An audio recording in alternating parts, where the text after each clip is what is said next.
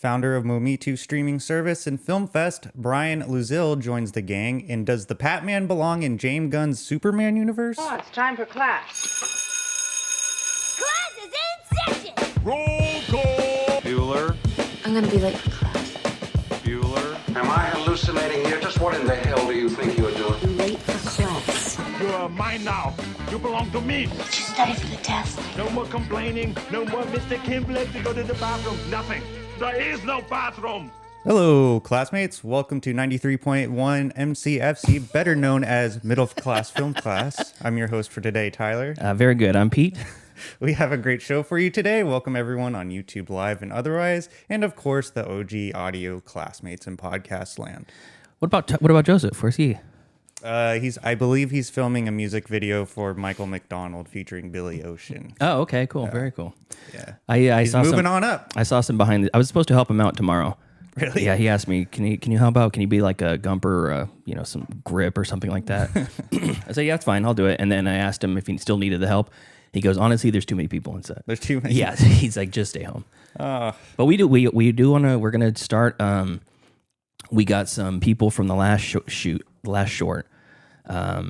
that want to do the shower creeper peeper and want to actually get that produced. Brianna's book. Yeah. Oh. Yeah. So Cool. I think Can I be the shower creeper peeper? you're not tall enough. Sorry. It has to be very. I have a guy at work who's 6'9" who said he'd be Mike. Oh, Mike. Yeah, Big Mike. So, but so we're maybe in the next week or two we'll get some production meeting stuff going on. That's cool, man. I wish to be a part of these one day. Well, you got to come on set. Yeah. All you do is you like hold lights. No, I want to be in the movie. Nope. See, that's where you're wrong there. Why? That's where you're wrong, friend. Why? You have to start behind the scenes. Tom Cruise held a light on his first gig. Yeah, well, I'm a star. You're a baby. real star. I'm a star. Not like this Tom Cruise guy. Yeah, not like Tom Cruise. I'm taller than him too. Oh, okay. Barely. So what's going on today? What are we doing on the show? Well, we have a very cool special guest. Yeah. Who's waiting on the line right now. So let's just get right to it. Grab and chatter. Yes. Hi. Oh, Brian, what's up, buddy? What's going on, gentlemen? How are you? Oh, doing just fine. Thanks for coming on to the show. Absolutely. No, thanks for having me. And apologies for the noise here if you're hearing in my car. Oh, you sound fine. I'm actually driving back from playing around a golf with a buddy of mine who's sadly leaving California to head back to his hometown. But happy to jump on and talk a little bit with you guys. Absolutely, man. Absolutely. That's cool. You have two things that go under the Mometu name. You got one is the free streaming service, and one is it's a college film festival. Is that right? That's correct. Yeah. So I'm the VP of Business Development for Mometu, and Mometu is a free streaming service that you can download on your smart TV. Oh, we lost him. Oh no. We were told this might happen. Yeah. That's okay. Let's see if we can get him back on the line here in a second. Well, hopefully he can come back on. Films it. Oh, there he is. Hey, we lost you for a second. We lost you for a second, man. Oh, you said yeah. Sorry about that. But yeah, just a lot of underserved content, independent films, international films. We have a fair amount of classics as well. And then as far as the festival goes, the film festival it's going on right now. We actually had 83 short films from 38 different colleges and universities that were up on Mometu for 30 days, the month of June. And the 7 category winners are actually going to be playing live in Hollywood next Saturday. So if anyone's in Hollywood and is looking to come to an awesome film festival, just hit us up on social media and we'll definitely get you some tickets. That's awesome, man. That's awesome. And the app, the actual streaming app itself is available for what's it called? Like smart TVs and Roku's and all that kind of stuff, right? Yeah, I didn't know where I kind of cut off in the mix there. So yeah, we're available on most smart TVs and streaming devices like Roku, Fire TV, Apple TV, and you can even get it on your mobile device as well. But yeah, free to download, free to use. Very, very similar to Tubi. It's just the thing is for us, we bring a lot more of the underserved content to the forefront and put that in the limelight. And everything we do is actually curated by hand. So we don't use algorithms. We actually present everything from our team to you and expose you to different content you may or may not have been exposed to with an algorithm. I was just going to ask, how do you even go about starting to find something for the service? So we have right now about 25 different distribution partners that we meet with, that I've met with over the last 3 years, building up our portfolio of content. So we have just over 10,000 titles. Wow. And that you can find as far as a mix of features, shorts, shows and documentaries.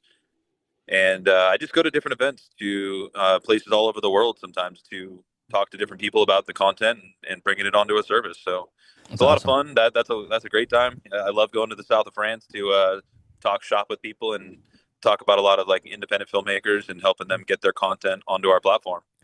That's fantastic. And is it, and if someone were to, they basically, if you're because we have friends that are like very, very independent, ultra, like no budget filmmakers. And so if you're looking into trying to get onto a service like this, what's the avenue? Do you have to have a distribution company to work with? So a distributor is always best. The only reason is because of like the different insurances, like E&O insurance and different costs as far as delivery and everything. That's always best to go through a distributor. Yeah. But what we would recommend is go to mometu.com. So mometu.com. On the very bottom, there's a little section that says submit your film. We'll get that direct link, and then we'll reach out to you. We'll watch your film, watch your trailer, give a little teaser clip, whatever you have, and we'll check it out, and then we'll kind of talk to you and see what are your goals and what are your aspirations. What was your budget? What are you trying to get back, and where are you trying to be?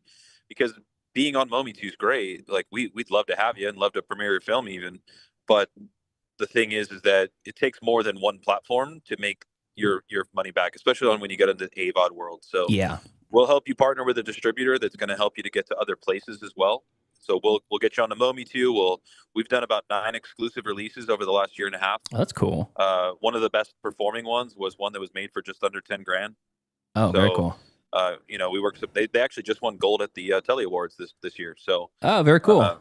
Yeah, a film called Stupid Games. So if you're looking for a cool like kind of intro to horror film where the board game starts to play you back, kind of a adult Jumanji, if you will. But yeah. It was made for under 10 grand, and they just won. We premiered that last year, and it now just won gold at the Telly Awards this year. So that's really proud of them. But what we did is we premiered it. We had a 90-day exclusive window with the film, and then after that, it went live on Tubi. It went live on the CW. It went live on Pluto, I believe. It went live on Zumo. So it has different windows of opportunities. And then while we lose him, I was going to say, while we get him back, I was going to say, but Mometu got it first. Tubi, Pluto, all those guys, but Mometu got him first. Yep. Let's see if we got Bryan back. Bryan, you there? Bryan. 90 days, it goes out other places, and hopefully has more success after Mometu as well. Good. Yeah, I was just going to say you cut out for a second, but I said your all those different AVOD services, but Mometu got them first. What was the game? What's the name again called? What games? Stupid Games? Stupid Games. Stupid That's Games. Right. I saw on it wasn't an ultra low budget movie like 10 grand, but it was a smaller budget movie that was called Gatlop, Hell of a Game, that was from like 3 or 4 years ago that I got a screener for, that was kind of this similar idea. I always love those games. The Jumanji with the edge, for adults. It's always a fun. Yep. Yeah, it's a pretty cool premise for a film. Yeah. I think people really relate to that because a lot of us get together for board games. So it's almost like, hey, getting together for a board game, but then what if the board game starts playing you back? And yeah. Then, it was a pretty cool twist. Really, really nice story, and the cast on there was incredible. And so besides the streaming service, and I'd encourage all our listeners to go download it now on your smart TV. Now. Yeah, I mean, turn the show off even, and then go download it. But besides that, the film festival, is this year 1, or how many years have you been doing this? So this is our 3rd season. Yeah. Oh, so this is the first season. We actually had 19 films from only 12 different colleges, and we've now grown that to the 3rd season, having 83 films from 38 different colleges and universities. So it's been able to grow over that. And then we also our best picture sponsor this year is actually TCL. Oh, cool. So we got some pretty good names on there. Cutwater is one of our sponsors as well. And one of the cool things, there's a low budget indie production house, and they also have a really cool way to fund films, like fund low budget films Mhm. through like an AI algorithm that they've built up on their platform to Mhm. kind of diagnose your film and diagnose your script and diagnose kind of like the what it could potentially do. Mhm. And that company's called Insurgence Films. Hmm. So Insurgence Films, they're a partner of ours that has brought some films to us, like Stupid Games, Mhm. and they're actually helping. We're gonna choose one of these filmmakers. One of the student filmmakers is going to get the opportunity to have their short film developed into a feature, and they get to direct it as well. Oh, that's really cool. Very, very cool. Now Yeah, that so TCL, we got some really cool opportunities coming up with the festival. since TCL's sponsoring your Best Picture, is there any chance that maybe in the future seasons you'll have at the TCL Chinese Theater? I don't know if we'll ever move it to the Chinese theater. Maybe. I mean, again, I'm never going to say never. Yeah. But if TCL stays on board, then potentially, yeah. I mean, especially if our festival grows to that kind of size, right? So what it is the 83 films were up on Mometu for 30 days. Oh, and I see. The screening, the festival, and the in-person portion is only we're only screening the 7 category winners. Oh, okay. So it's only like an hour and a half block of content. Yeah, that's a cool. But we have That's a some cool other format, cool though. stuff as far as like we bring the filmmakers in to do a red carpet interviews with. We actually have the reigning Miss World America, Athena Crosby. She's going to be coming on and doing interviews on the red carpet. She does Mhm. red carpet interviews at CineQuest as well. And then we're going to have them, take pictures and kind of get that experience. After the screenings are over, there's going to be a live Q&A that's going to happen as well with the girl that does our movies of the week videos on social media. So if you check those out, her name is Sierra Nowak. Okay. And Sarah's going to host our 30-minute Q&A with the filmmakers. So, they're going to be doing a live audience of like 300 people. Getting that kind of experience at such a young age is incredible. And then obviously all the awards ceremonies and prizes and all that stuff. So a lot of different prizes coming along with it also. So, but yeah, it's just a fun time. We're actually doing it at Harmony Gold. So Harmony Gold is it's a preview house on Sunset Boulevard. Holds like 330 people, and they do a lot of premieres there for like Paramount. Netflix has done premieres there as also. So it's just a great theater. Nice. And anything we can do to just help the future filmmaker and kind of the up and coming filmmaker get a start in their career, we're really excited about it for it. So and there's basically these are all college film student films essentially, right? yep, either current students or recent graduates. Because Great. we accept student films as long as they're made in college. We accept them up to 2 years postgraduate. Oh, okay, cool. Yep. I love it. It's a great format, and it's the exposure and just being on the red carpet for those filmmakers and being treated like a celebrity. That's got to be really fun. Yeah, no, it's a great time. So if you're looking to check that out, or even just follow along, you can check out our social media page for that on Instagram. It's just at Mometu College Film Fest. Okay. And you can track the journey there. You can see some of the short films there, like little clips and teasers and such. And you can actually watch, like right now, if you download Mometu, you can go watch all 83 films that are up. We still have them up on our platform. Oh, great. On the top rail that we have, it's called From the Minds of Mometu. And you can scroll over, and it has little right there. It says Mometu College Film Festival. It's a bright green icon. Okay. And you could check that out up until July 26th is when we're pulling them down. Beautiful. Love it. I'm going to do that as soon as the show's over. And I put the link in the chat, and I'm going to have I'm going to have all these links available to all our different social media so people can see the difference, because you have the at Mometu free, and then so you have the service, the streaming service, and then the college itself. So we'll put them all out there so people can visit both of them. But it's a great service you're doing, and I'm excited that there's another streaming service that's going to pop up when I go to Just Watch, because and one that I actually know, because I see these streaming services pop up. I'm like, I've never even heard of this before. Yeah. And I click on it, and they're like, they have a billion different titles on there. And it's like the fact that it's hand curated and it's not some AI algorithm or, a random, like a a random person just saying yes, approve to everything, and you're getting Exactly. just direct. We spend a lot of time with that, like filtering out. So like, I mean, I've been at times where I've been sent 500 films from a company. I'll scroll through, go through posters, metadata, trailers, and cut it. Or before I go to the trailers, cut it down to like 300 films, and then I'll watch all 300 trailers to get to a point where then we maybe select 80 to 100 of the films. Oh my God. We're very selective about what we bring on.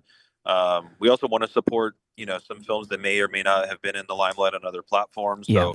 So it's just an eclectic mix of content. Mhm. And again, like you mentioned, because it's hand curated, you're never going to get to a point on their app where you're going to be like, there's nothing to watch. Sure. There's nothing new. Like you get to that point sometimes on other apps, and you're just like, it's because of the algorithm, right? Even on Netflix, you're only going to see maybe upwards of 5% of their content based on the algorithm. Yeah, it is strange that sometimes you're like, this is a big title of a fantastic movie, maybe a little bit underseen, and it's completely buried on Netflix. And you're basically just pushed to the whatever movie du jour or miniseries murder documentary at the time and everything. Yeah, exactly. Yeah, exactly. And even on Tubi, it's the same way. Like we really love Tubi. Like they're the pioneers in our space. Mm-hmm. But even at that point, you're getting pushed, with an algorithm as well. So there's a lot of content that you're not going to see. And again, they're going to promote a lot of the stuff that they spent time making, like the Tubi originals. Yeah. Or stuff that they've purchased at a high dollar value. So, we're happy to showcase the underserved content. And again, if you're let's just say you go to the homepage and you're going to see some content you just never knew existed, never knew you loved, right on that front page. But if you really want to get into just a world of horror or a world of comedy or a world of whatever genre, it's just as easy as clicking on movies. And then scrolling right down to the section that has all the genres listed, you click on that, and you're just immersed in a world of only those genres. So it's a lot of fun of how we curated it, and just kind of give that unique experience to the users that they don't typically get on other platforms. I love it. That's awesome, man. Tyler, you said you have any questions for Bryan or any comments? I can't think of anything. You pretty much answered all of my I was going questions. to say, you look that like I you're had in my head. you're reared up ready to say something, and then I stole it. Yeah. It's like, okay. Anything else, Bryan, before I let you go, anything else that you wanted to share with our team? You have a podcast too. Is that it's a weekly thing, right? Yeah, I was going to say that's a lot. We kind of touched on most of the points, but yeah, we did start a podcast up recently. I mean, who doesn't have a podcast now, right, guys? It's legally required. We started a podcast. We just released episode 21 recently, and that is called the More for Me and You podcast. Okay. Which is what Mometu stands for. Mometu, More for Me and You, and so the More for Me and You podcast is just it's a half interview and half movie review podcast. So we interview different guests from the entertainment industry, from directors, producers, actors, musicians, comedians, executives from different companies, and bring them in. And then we kind of get to hear about their journey from, where they grew up and kind of the context of how they got to where they are today. And then we do a fun little game called This or That in the middle, where we kind of ask questions that are going to hopefully peel back more layers about who they are. Mm-hmm. And then at the end, we do a movie review on a movie that my guest picks that's playing on Mometu. We both watch it ahead of time and do kind of a spoiler-free review on it, just to kind of highlight a film that more than likely someone has never heard of. That's awesome. That's really cool. I'll download that, add it to my rotation, because I'm always looking for new movie recommendations. Our friends at Cinematics are like huge proponents of indie film and new stuff that's not going to be seen. You're not going to see trailers for it when you're watching NFL or whatever. And there's so many good things out there, and it's really hard to find them sometimes. So having a service like Mometu or the podcast where you can get those instant recommendations and hand curated stuff, I encourage our listeners to go find that out, because there's so much good stuff out there that's flying under the radar. You don't have to have Warner Brothers or Universal behind it to have a fantastic movie. 100% agreed. Great. Well, awesome, Bryan. I appreciate you making the time for calling into the show, and enjoy the rest of your day. Absolutely. Thanks for having me on, guys. Appreciate it. See you later, buddy. Bye-bye. What a delight. Yes, indeed. That was great. Yeah, that's really cool. Mometu, More for Me and Two. Yes. I don't know if that makes sense to people that don't speak Spanish or not around. Like it's kind of expected in California to speak a little bit of Spanish. A little bit. But yeah, that's awesome. I love that. Nice. You know what? I completely skipped The drop. I completely skipped it. Here it comes. Find some charity, ye lad. Now's the time for gab and chatter. All right. I just have a news story. That was Pete's gabbing, chatting. My bad.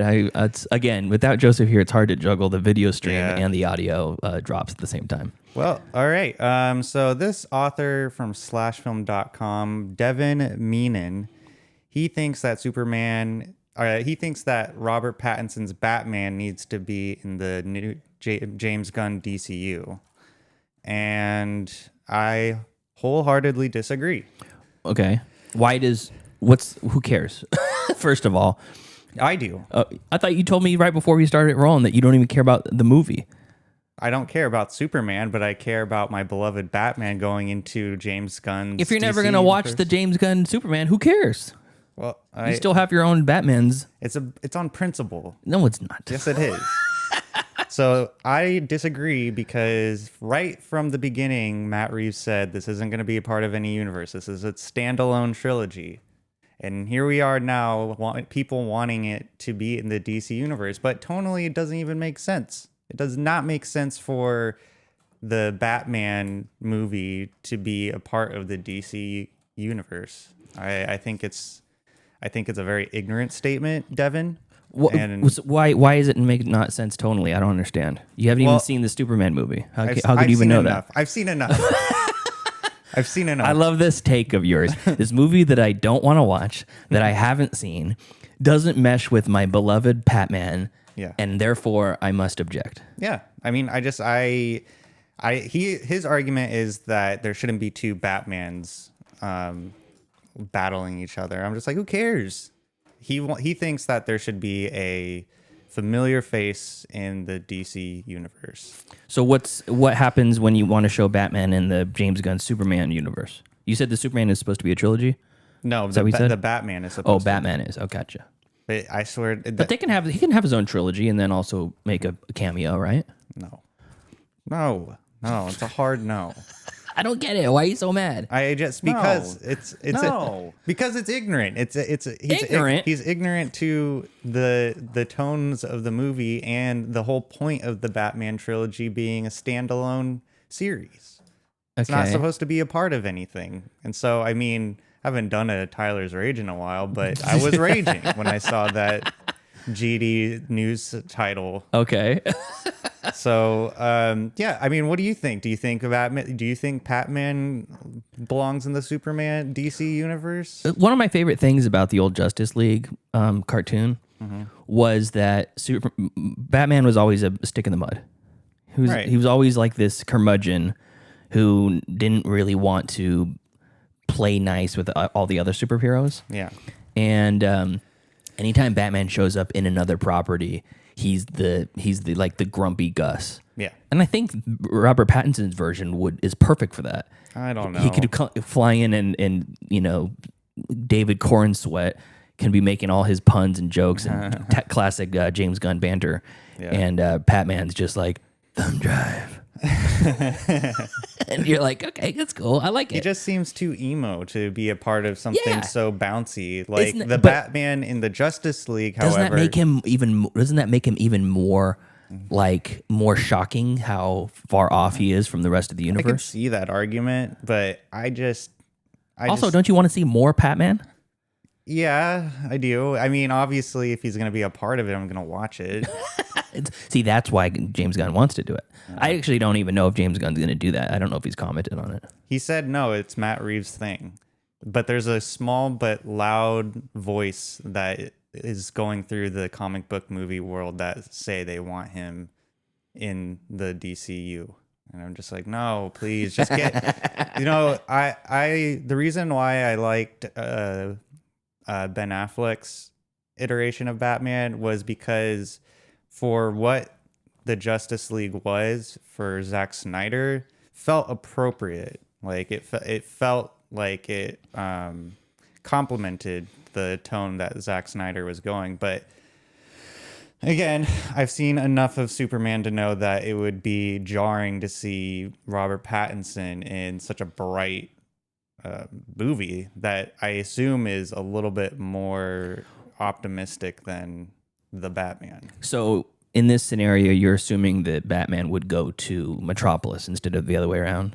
Yeah. Clark Kent would not fly to Gotham City. Yeah. How far do you think they are from each other? Oh, it's probably stone skips away. As a crow flies. How far? Crow about 10 minutes. right. As a crow flies. I don't even know what that means. It's a straight line, not having to take roads. You know. Okay. Yeah, it's probably like I imagine it being like two islands, like well, not islands, but you know how like New York is divided. Yeah, it feels kinda like Metropolis and Gotham City should be in the same like landmass. Like Either that- not by tone wise, but just the way they look. They're both on a kind of a sort of a set of rivers, almost like Chicago and New York. Yeah, that's what I was gonna say. Gotham is Chicago, and Hey, maybe that's it. Maybe New York is, New York is Manhattan is Metropolis, and Chicago is Gotham. yeah, it makes sense. So as a crow flies, then it's more like 2 hours. Pretty much. But as Superman flies, it's a heartbeat. Yeah. But I was gonna say, but like I couldn't imagine Christian Bale being in a Justice League movie. Or, well, I can imagine all the other Batman movies being in a Justice League kind of movie, but Robert Pattinson and Christian Bale, just the way that they are taking Batman just doesn't make sense for them to work in a team.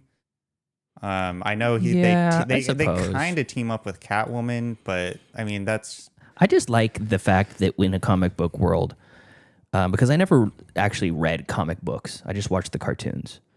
But I know that in the comic book world, there's like this storyline that's super, super dark and this storyline, which is super goofy. And you can choose from any one of those. Mm-hmm.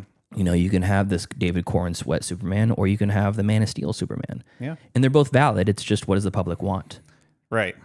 I think the public wants hope right now. And that's what, supposedly that's what the new Superman is giving them. Yeah. And crypto. Yeah, well, everybody's obsessed with crypto. I dumped mine like a long time ago. Yeah. I got him. I mean, yeah, so I don't agree with you, Devin Menis. This guy is a piece of shit. Yes. If I find you, But yeah, rest in peace, I guess. If I find you, kill him? I never. Those are your words, not mine. I said I was gonna bend his ear, but good. Yeah. And then he'll be like, "Who is this weirdo? Who's this guy?" Yeah. So I mean, I'm not gonna check out the Superman movie, but I am going. I can't wait for the new Batman movie. Yeah, I'm actually really excited for the new Superman movie. It sounds very fun. I mean, James Gunn is like Edgar Wright. I'll see anything they make. I don't care. Yeah, that's a good comparison. Yeah, I will watch anything they make because they're unique voices and they're always fun. Yeah. Even if the movies aren't great. Like I didn't love Last Night in Soho. The first 2/3 I think were pretty good, but the third act. I was talking to actually local celebrity Adam Murphy about that. And he says Edgar Wright has a problem with the third act structure. And he always falls off a cliff in the third act. I never thought about it really 100%, but I think he's right because just about everyone besides maybe Hot Fuzz. I think Hot Fuzz is a perfect movie. Script is perfect. Yeah. But it gets a little hairy at the end in some of his movies. And Last Night in Soho, it's like, what the fuck is this? Near the end. But even still, I still had a good time. And there was some really phenomenal filmmaking in it, like with the dancing through the mirrors and the two different people and the realities. It's like, that's great. Yeah. It's really hard to do something like that. And he just pulls it off effortlessly, it seems. Yeah. So, I mean, I want a new animated Batman movie. I'm sure there's a bunch of them. There is, and I love them all. I saw a tweet that said, it was like a news story. It said the animated version of the Barbie movie coming soon. And someone said, we already have 400 animated Barbie movies. I know. We don't need one that's starring animated Ryan Gosling. Yeah. I mean, aren't they making a sequel to Barbie? I don't know. Why would they? I mean, I know why they would because of money. Yeah. But still, I mean, at this point.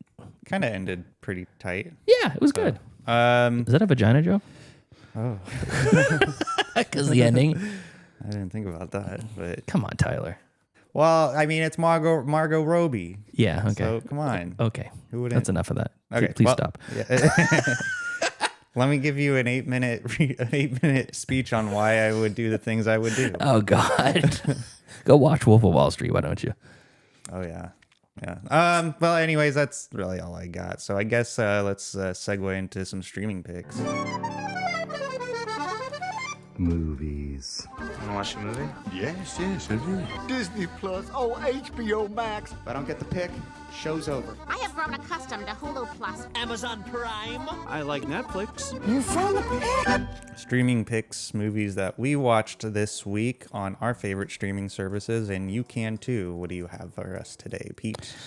Okay, so I'm just going to go through just a edge to edge, just in the order that I watched them. Okay. I watched 2002's Chicago, starring one Renee Zellweger and Catherine Zeta-Jones, I believe. Also, wife is Catherine Zeta-Jones. I don't know what that reference is. Because isn't Michael Douglas married to her? He is, yeah. That's how he sounds like. Oh, okay. That's a very good Michael Douglas impression. Also, Richard Gere's in it too. Queen Latifah, John C. Reilly, Christine Baranski, Lucy Liu for a hot minute. Taye Diggs is the piano player. Yeah, this is really fucking good. It's really good. Yeah, and I'm pretty sure it won the Best Picture Oscar that year. Huh. It's just, it's shot like a, I don't know, like All That Jazz or what's that one with Liza Minnelli? I can't remember what I'm thinking of. It's like a Bob Fosse movie. And it's Bob Fosse is one of the writers. I don't know if that's because it's like based off of a stage play or something like that, but it's shot like a stage play. And the concept is that Renee Zellweger murders her side piece, and John C. Reilly's her husband, and he basically is trying to get her free from prison, even though she was cheating on him. Oh. And she meets Catherine Zeta-Jones in prison, the girl prison, and basically she's this hot thing that the newspapers are writing about, oh, the Black Widow of Chicago, Catherine Zeta-Jones, whatever her name is, and she's hot. And Queen Latifah somehow gets Renee Zellweger in the limelight, in like the newspapers, and everybody's talking about Roxy, the vixen who murdered her boyfriend in cold blood. Yeah, and she becomes like a pseudo celebrity, and it's all about the public perception and what that can do to a case. And then Richard Gere is this high dollar lawyer fast talking high dollar lawyer who basically says, I don't care whether you did it or not. You give me $5,000, I'll get you off. Nice. Never lost a case. Only $5,000. That's it. Back then, that was a lot. This is 1920, I believe. Oh, yeah. 1920s. Okay. So this is like prime prohibition flapper era, sort of, whatever.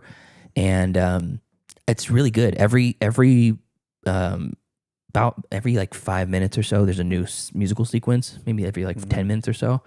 And it just goes. It's exactly what you would expect for something like this. It's like the best version of this type of movie. And I think some people think that maybe it didn't really deserve the Best Picture. I don't know. It was up for the Best Picture in 2002, but I thought this was pretty damn good. Nice. Yeah, so that's streaming on Paramount.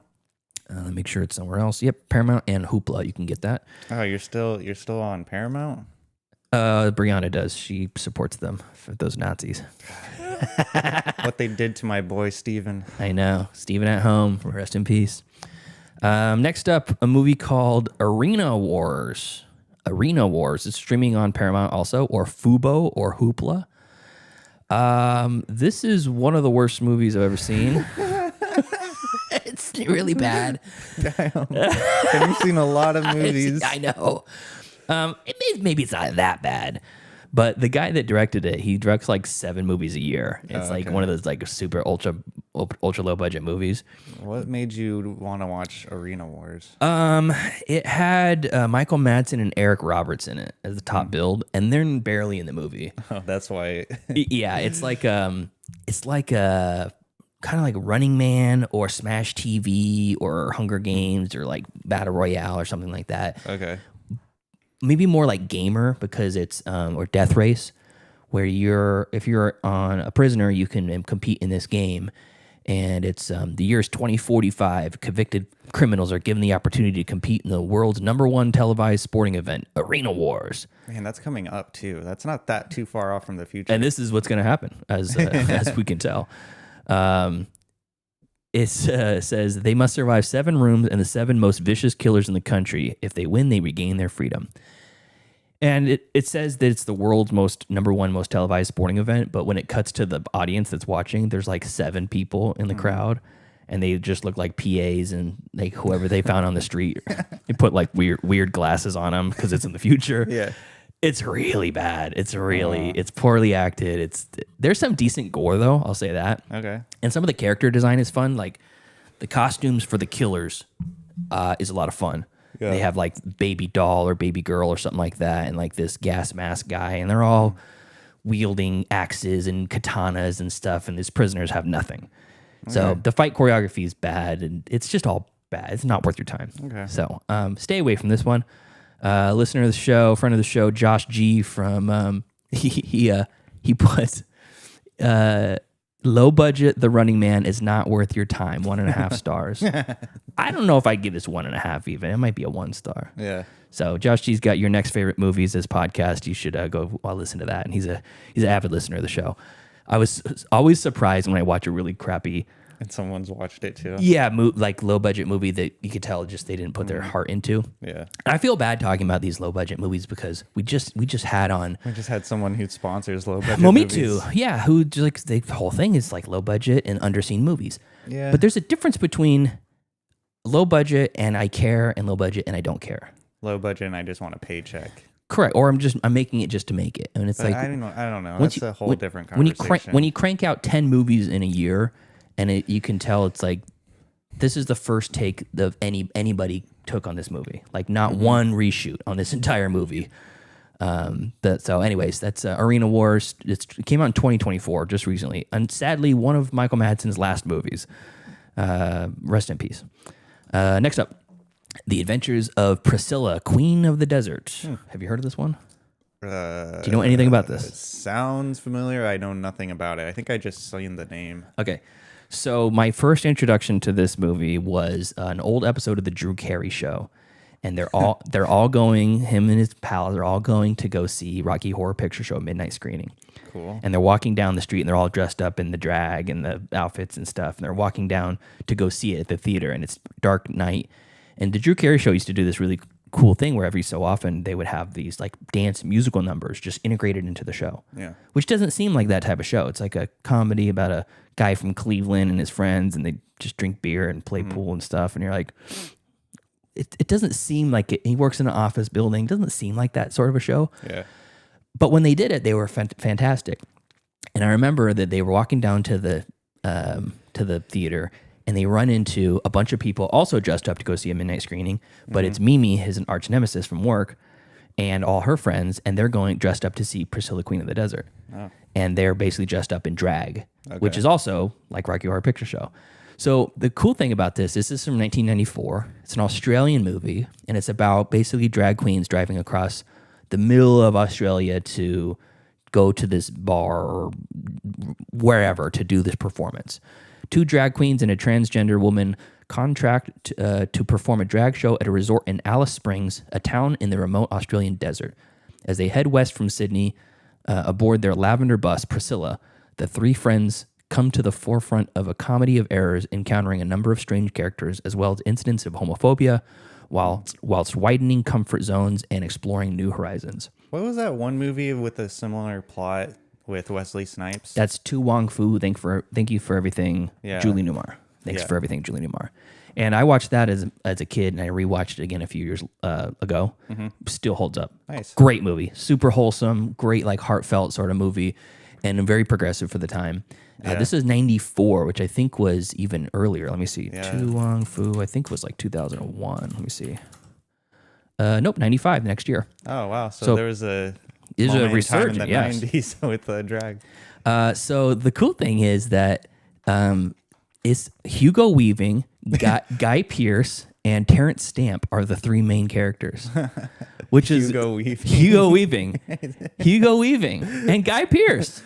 Guy Pearce looking fierce in this, by the way. Yeah, it looks fabulous. Oh my gosh, this was a lot of fun, and it was like a little wild. You know, it's an Australian movie in the mid '90s, a little kind of crazy with the like kind of Dutch angle, a lot of Dutch angles, action, but the dialogue was very fun.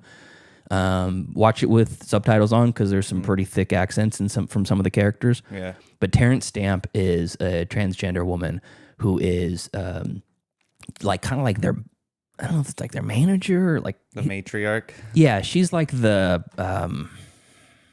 yeah, I guess kind of like the matriarch or like the den mother. More like the agent, you know. Okay. And is very like kind of a stick in the mud the entire time, and they find out more about each other throughout the life and past trauma, and you know how they came out and this sort of stuff, and you know things they've dealt with, and it's a really interesting movie, and visuals are good. It's very fun, and like I said, very progressive for 1994, and played 100% straight, no pun intended. Yeah. So that is streaming on. Let's see where that is. Amazon Prime, Roku, and Hoopla. Cool. Yeah, a lot of fun there. Next up, I watched this movie called Somewhere. I had to download this one, but it is a Sofia Coppola movie. This was recommended by Matt Stillman, friend of the show, and I Oh, hey, Brian's in the chat. He says, hey, guys, it's Brian. Thanks again for having me on. You got it, dude. Appreciate it. It was awesome having you on. I really appreciate it. We'll hit the links next time we're in Orange County. Yeah, that's right. We can go hit a black gold. Yeah. Somewhere sounds so familiar. I feel like I have seen this movie before. So it's got, it's starring Stephen Dorff and Elle Fanning as his daughter. Yeah. Chris Pontius is in this too.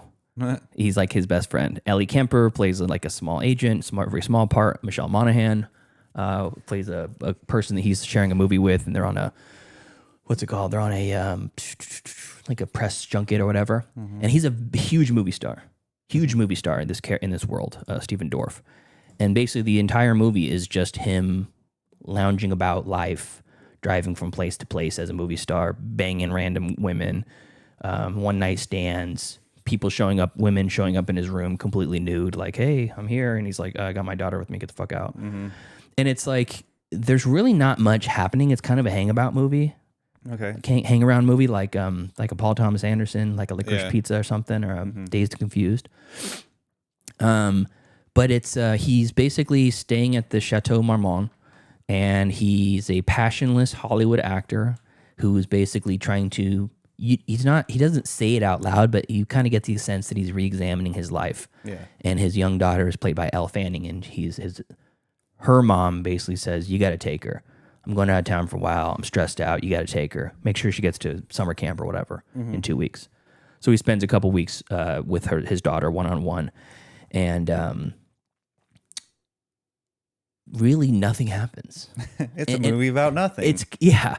And I'll say that they go to Italy together for the press tour, and she gets to see how he's treated and stuff, and it's this weird dichotomy where she kind of like understands the whole like sleeping around with other women thing, but she's also kind of judging him, and sometimes he feels, it kind of seems like he's resentful of it or like shamed of it or whatever, and sometimes not. And then Chris Pontius is like one of his best friends, like her uncle, and they just hang out and play video games together and stuff. So does this sound familiar to you, Tyler? Kind of. I don't know. Maybe I haven't seen it. This came about because in the Cinematics Facebook group, somebody posted, what's a movie that you think is 5 stars even if no one else does? And Matt Stillman mentioned this, and I never heard of it before. Yeah. I'm not a huge Coppola fan, Sofia Coppola. Virgin Suicides was interesting, but I didn't particularly love it. That movie was boring. Lost in Translation, same thing. Beautiful movie, just didn't love it. I think it was a little, but Lost in Translation would never exist without Somewhere. Oh, yeah. So this movie 100% precludes or precedes Lost in Translation in Sofia Coppola's catalog, because that movie, it feels very similar. Like it's an aging, he's not really older like Bill Murray, but he's kind of getting to that point, Stephen Dorff. And he's like kind of sick of this a little bit, but he's also a little enamored with it. So it's really fantastically acted, and it is a very, very slow burn. Okay. So good recommendation, Matt. I appreciate it. I don't think it's a 5-star movie for me, but I think it's like a 4-star. Oh. And if I were to rewatch it, maybe in a different place in my life, I might find a little bit more value in it. But I thought it was a great recommendation. Next up for me, movie called Silent House. Silent House. This is streaming on Roku, CW streaming service, Pluto TV, Shout TV, Plex, Fossum, which is Arrow's streaming service, and Shout. So a lot of places you can get this. This is from 2011, starring Elizabeth Olsen, and really no one else that you would recognize, and really not a whole lot of other people in the movie in general. Sarah returns with her father and uncle to fix up the family's longtime summer house after it was violated by squatters in the off-season. As they work in the dark, Sarah begins to hear sounds from within the walls of the boarded-up building. Although she barely remembers the place, Sarah senses the past may still haunt the home. Yeah, it's like a horror thriller sort of thing, and it's not great. Yeah, not great. I think you could probably skip this one, although there's some good, I think there's a couple of good things to glean from it, and there's a decent reveal kind of near the end, which is a little tropey, but I thought it was Parasite? okay. I'm not going to tell you. I already know. I'm not going to tell you. No, you don't. It's not like Parasite. But the problem with this is that it's filmed like as soon as something scary happens, it's filmed like a shaky cam where it kind of avoids showing you exactly. It kind of avoids showing you exactly what she sees. You see a glimpse of it, but it's so shaky and so intermittent that you're like, okay, that works for the first 2 times, but if you do it 5 or 6 more times after that, it's like at some point you want to see something. Yeah. You know, have you ever seen REC? REC? Yeah. There's a lot of creepiness there, but at some point you get a full-on view of like the thing that's coming after her, and it's creepy and it's scary, and it's like The Descent. Similar, you know, you're like, what is this? What's happening? What is this? And at some point you're like, I just want to see it. Yeah. At some point. And I feel like it plays that tease aspect a little too much for my taste. At some point I was like, all right, just show me the fucking guy. So not terrible, but I can't recommend this one either. So okay. Silent House, you can avoid it. But if you're a horror found footage, it's not found footage, but it's shot kind of like found footage, feels like found footage. Yeah. Completionist, you know, it could be worth your time. Okay. I watched Overlord. I won't talk too much about it because I've mentioned it before. Fucking great. This is streaming on Canopy. It says it's streaming on Paramount Plus through Apple TV also, but I watched it on Canopy. And this is 2018. It's got a great cast. It's got Wyatt Russell, Pilo Asbeck, who plays in Game of Thrones, John Magaro, who is the boyfriend in Past Lives, playing a great part, Bokeem Woodbine for a hot minute, Mark McKenna, a couple other people you'd recognize too, and then Joseph Quinn from Stranger Things. Okay. So this is American forces parachuting into France, German Nazi-occupied France, and they're there to do a mission to blow up a communication tower. And when they get to this small village to blow up the tower, they find these secret experimentations underground, and it turns into like a Resident Evil type movie. Oh. So very gory and very great practical effects. Yeah. And this is a Bad Robot production, J.J. Abrams production. Oh, okay. Can't be half bad. It's solid, and it's the first R-rated Bad Robot production. Oh. Yeah, so it's very good. Yeah, this is a really good, fun time in a dirty, grimy, slimy place.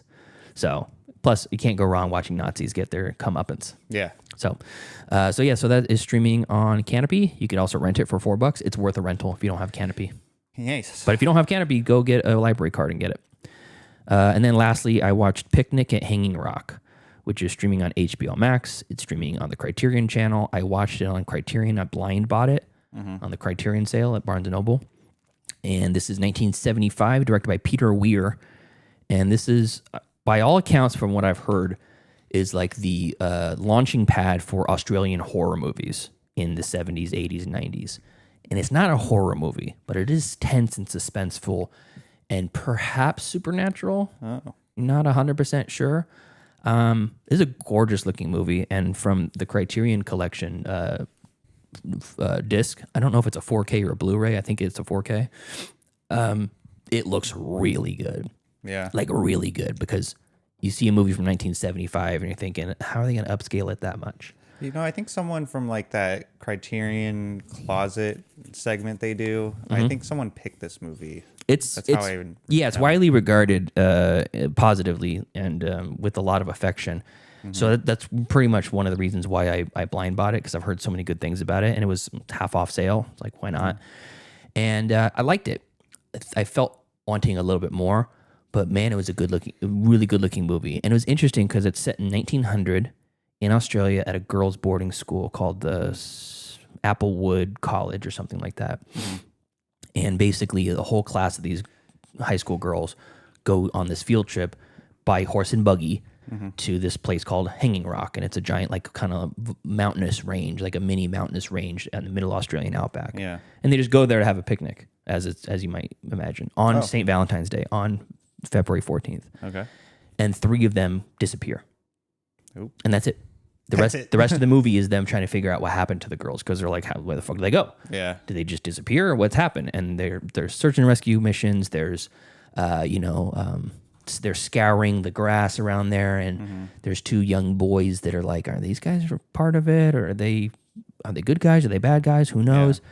And Peter Weir is, he really knows how to crank up the tension, because it's the entire time you're like, okay, maybe that guy's a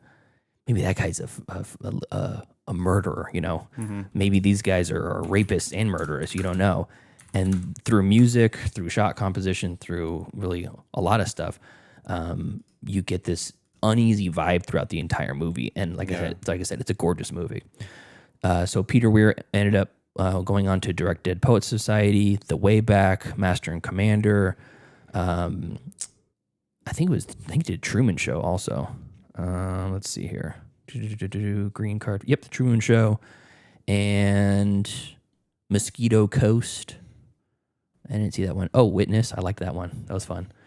So the dude had a long career after this, but I think this was what kind of blew it open, I think. Looks like he did one feature before that, or 2 features before that, but Picnic at Hanging Rock was the one that kind of like ignited his career. Nice. Yeah.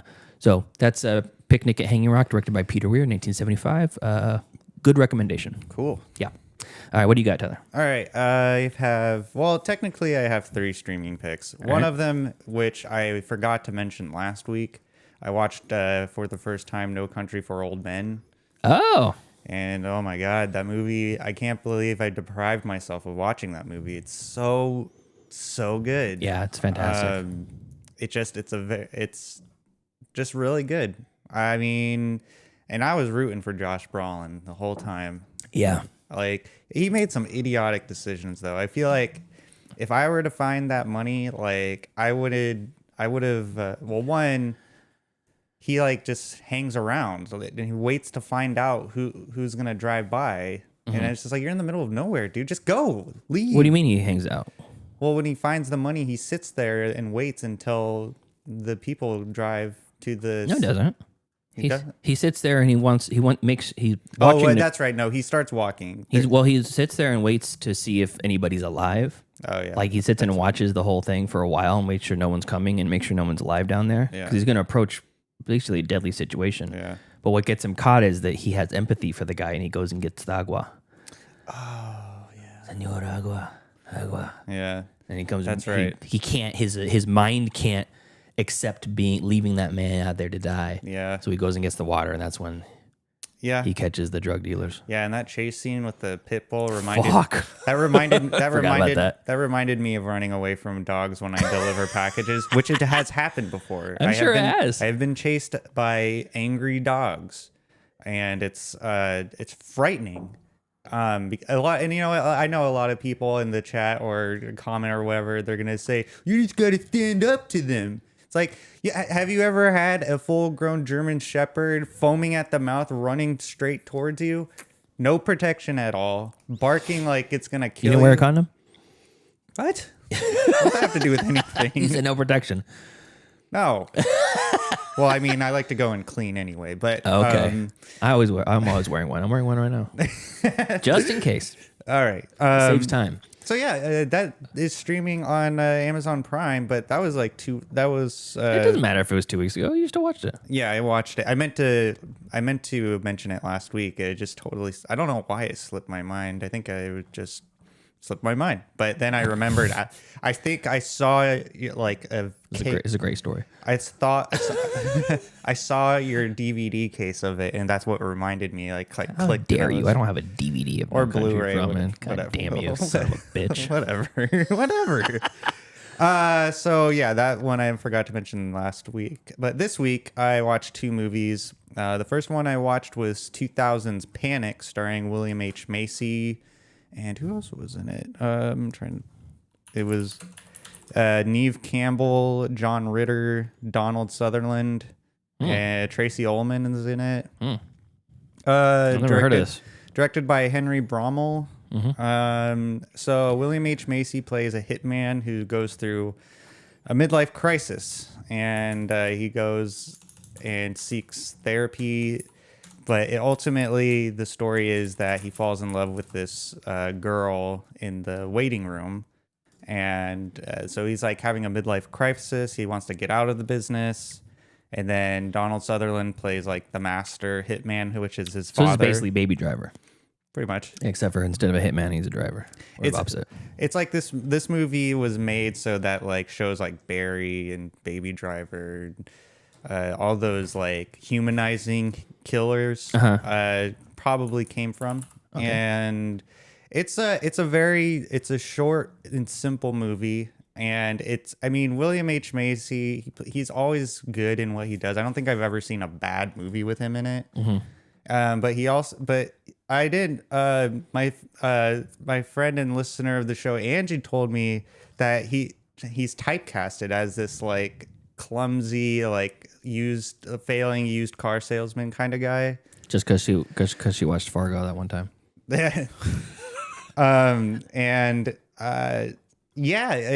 definitely typecast as a kind of a loser, bumbling idiot. He's like based off of Gil from The Simpsons. No, Gil is based off of Jack Lemmon. Oh, well, anyways, it kind of reminded me of that. But it didn't click with me until I started thinking about all the other movies he's been in. And I was like, yeah, he is kind of typecasted like that. Have you seen Glengarry Glen Ross?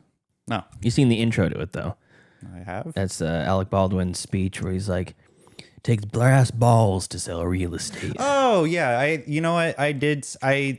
Most people have only seen the intro. I've only seen that scene. Yeah, that's the opening of the movie. Well, Jack Lemmon's character in that movie is what they base Gil off of from The Simpsons. He's a very sad salesman who's so desperate for a sale, he's basically going to kill himself for someone else.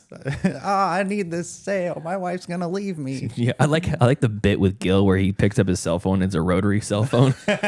Yeah, so great. But Panic is a short, simple movie, and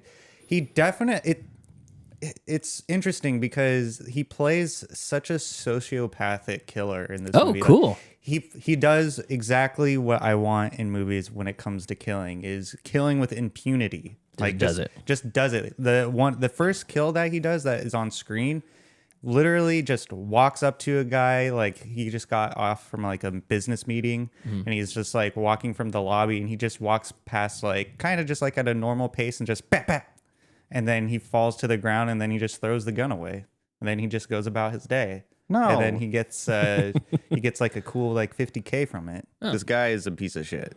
But yeah, rest in peace. Yes. That's cool. It's interesting that he's actually capable killer. Yeah, I mean, it's like I feel like the killings are a realistic take on hitmen, because like if you've ever seen like hitmen and like Brazil, they just like roll up to you and just shoot and then drive away. My Instagram algorithm has started pushing me those videos a lot. Really? And you're right. Yeah. It's just like it's cold. There's apparently a lot of security camera footage in Brazil because I see that shit all the time.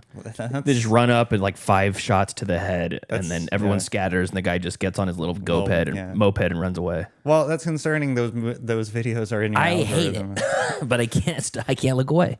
Yeah, that's true. That's why it keeps getting pushed to me. Yeah. So Panic, that's streaming on Amazon Prime. Very good movie. Bruce is in the chat. Hi, Bruce. He says we need to watch K-pop Demon Hunters. Oh yeah, he was movie. he was glowing about that movie on the internet. Yeah, me and Brianna have it added to our watch list for the next time we're sitting down to watch a movie together. Cool. I will report back, Bruce. Second movie I watched is 1997 Afterglow. Sorry. Big gulp there. Starring Nick Nolte, Julie Christie, Laura Flynn Boyle. It's about Nick Nolte, who plays a handyman, and he's having marital issues with his wife. So the wife allows him to bang his customers. What? Yeah. She just says it's okay? Mm-hmm. Oh, okay. And it's an odd... It's a little boring at first, but I ended up liking it, and it kind of was, giving me a tickle too down there. A tickle? Because that's kind of like, that's like a pretty normal fantasy. You go to someone's house. How often do you imagine job. having sex with your customers, Tyler? I'd rather not say that. The live. Recipients of your packages. I'd rather not say that live, but it has crossed my mind. Anyways, yeah, so basically Nick Nolte, he's banging all these married women. He's fixing their houses. And then it comes to the main character, or the main woman that they focus on, Julie Christie. Oh, not Julie Christie. I'm sorry. Laura Flynn Boyle. Mm-hmm. She is in a relationship that's in a weird failing marriage. This guy never wants to bang this very hot wife. He's always wanting to do business at his I don't think they say what his profession is, but I think he's like a vice president of like some corporation. He's always sharply dressed. Kind of reminded me of a Patrick Bateman, minus the zaniness of Patrick Bateman. Yeah. And Johnny Lee Miller plays him, right? I think so. Yeah. From Hackers, of course. Yeah. Famously. And so she's like, I want a baby. And he's like, we don't have time for a baby. And he's like going on a business trip. And so Nick Nolte, I don't even understand the sex appeal of Nick Nolte because he looks like kind of like Gary. He's a man, dude. He's a man. I don't know. His character's name in this, by the way, is a little on the nose. It's called Lucky Man. Yeah. Lucky Man. Yeah. He gets to bang all his customers. Lucky Man. Great writing. I didn't Top tier. I didn't put 2 and 2 together.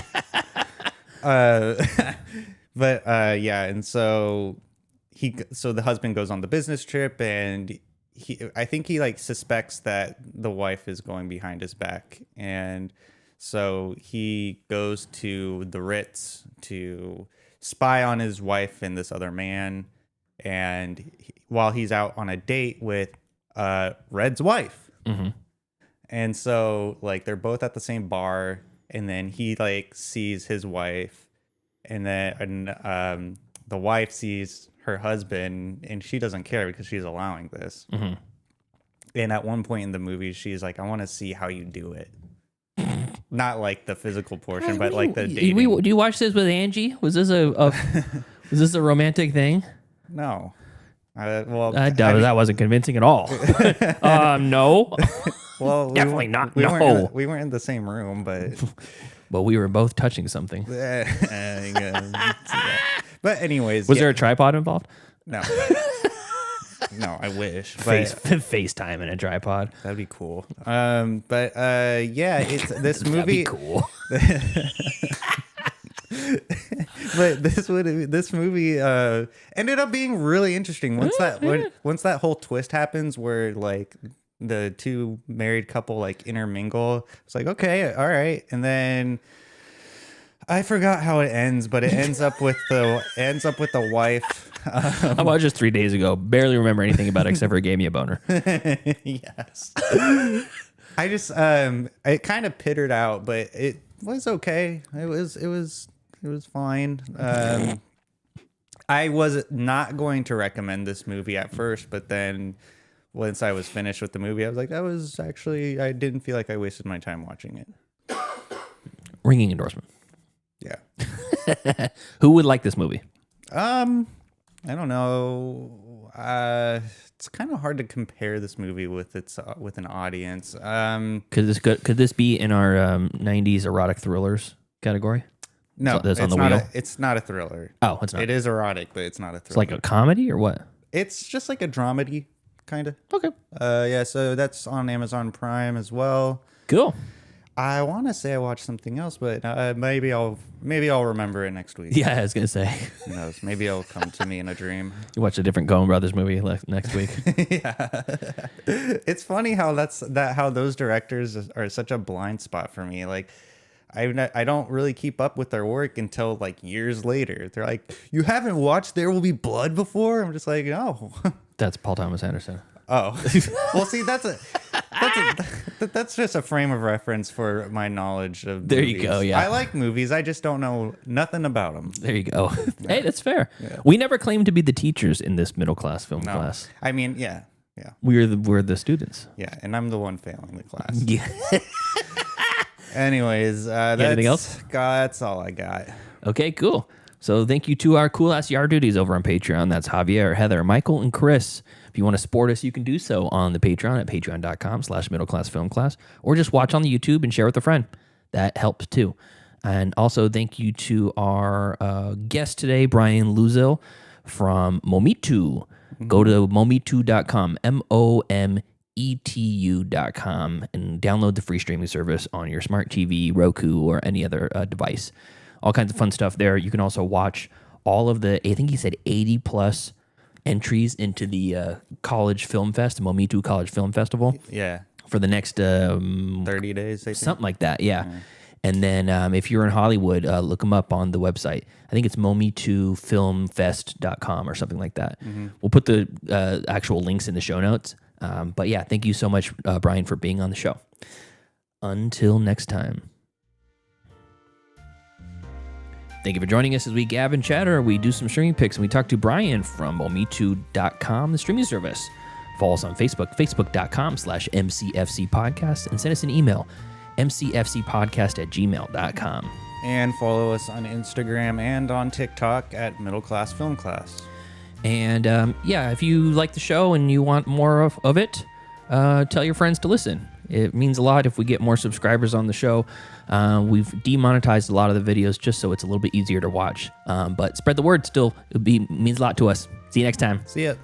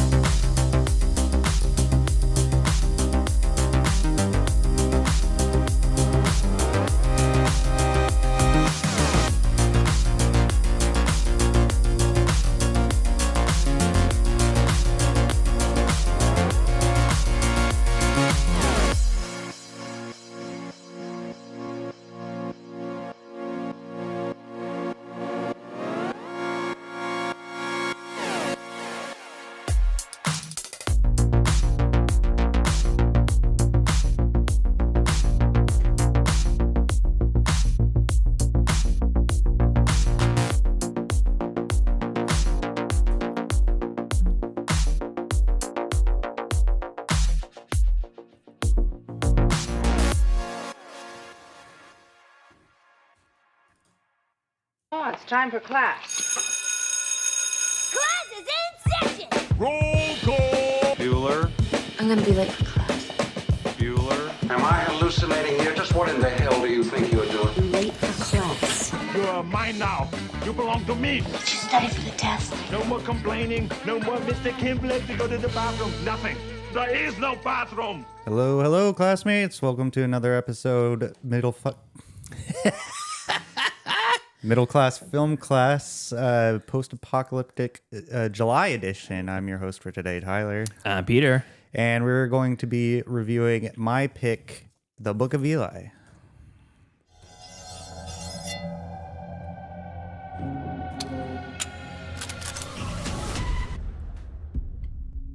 Yea, though I walk through the valley of the shadow of death, I will fear no evil, for thou art with me. They said that the war In a tore a world. hole in the sky, sun came down and burned everything and everybody. Doesn't it take like millions of You were Earths to lucky. go into the Most sun? people weren't lucky. I don't think the sun. People like you and me, we're the future. What do you want with me? I need that book. But if you make me choose, I'll kill you. I'll take the book. How was my cat? You're sending guys out who can't even read to look for one book. It's not a fucking book. It's a weapon. Put a crew together. We're going after it.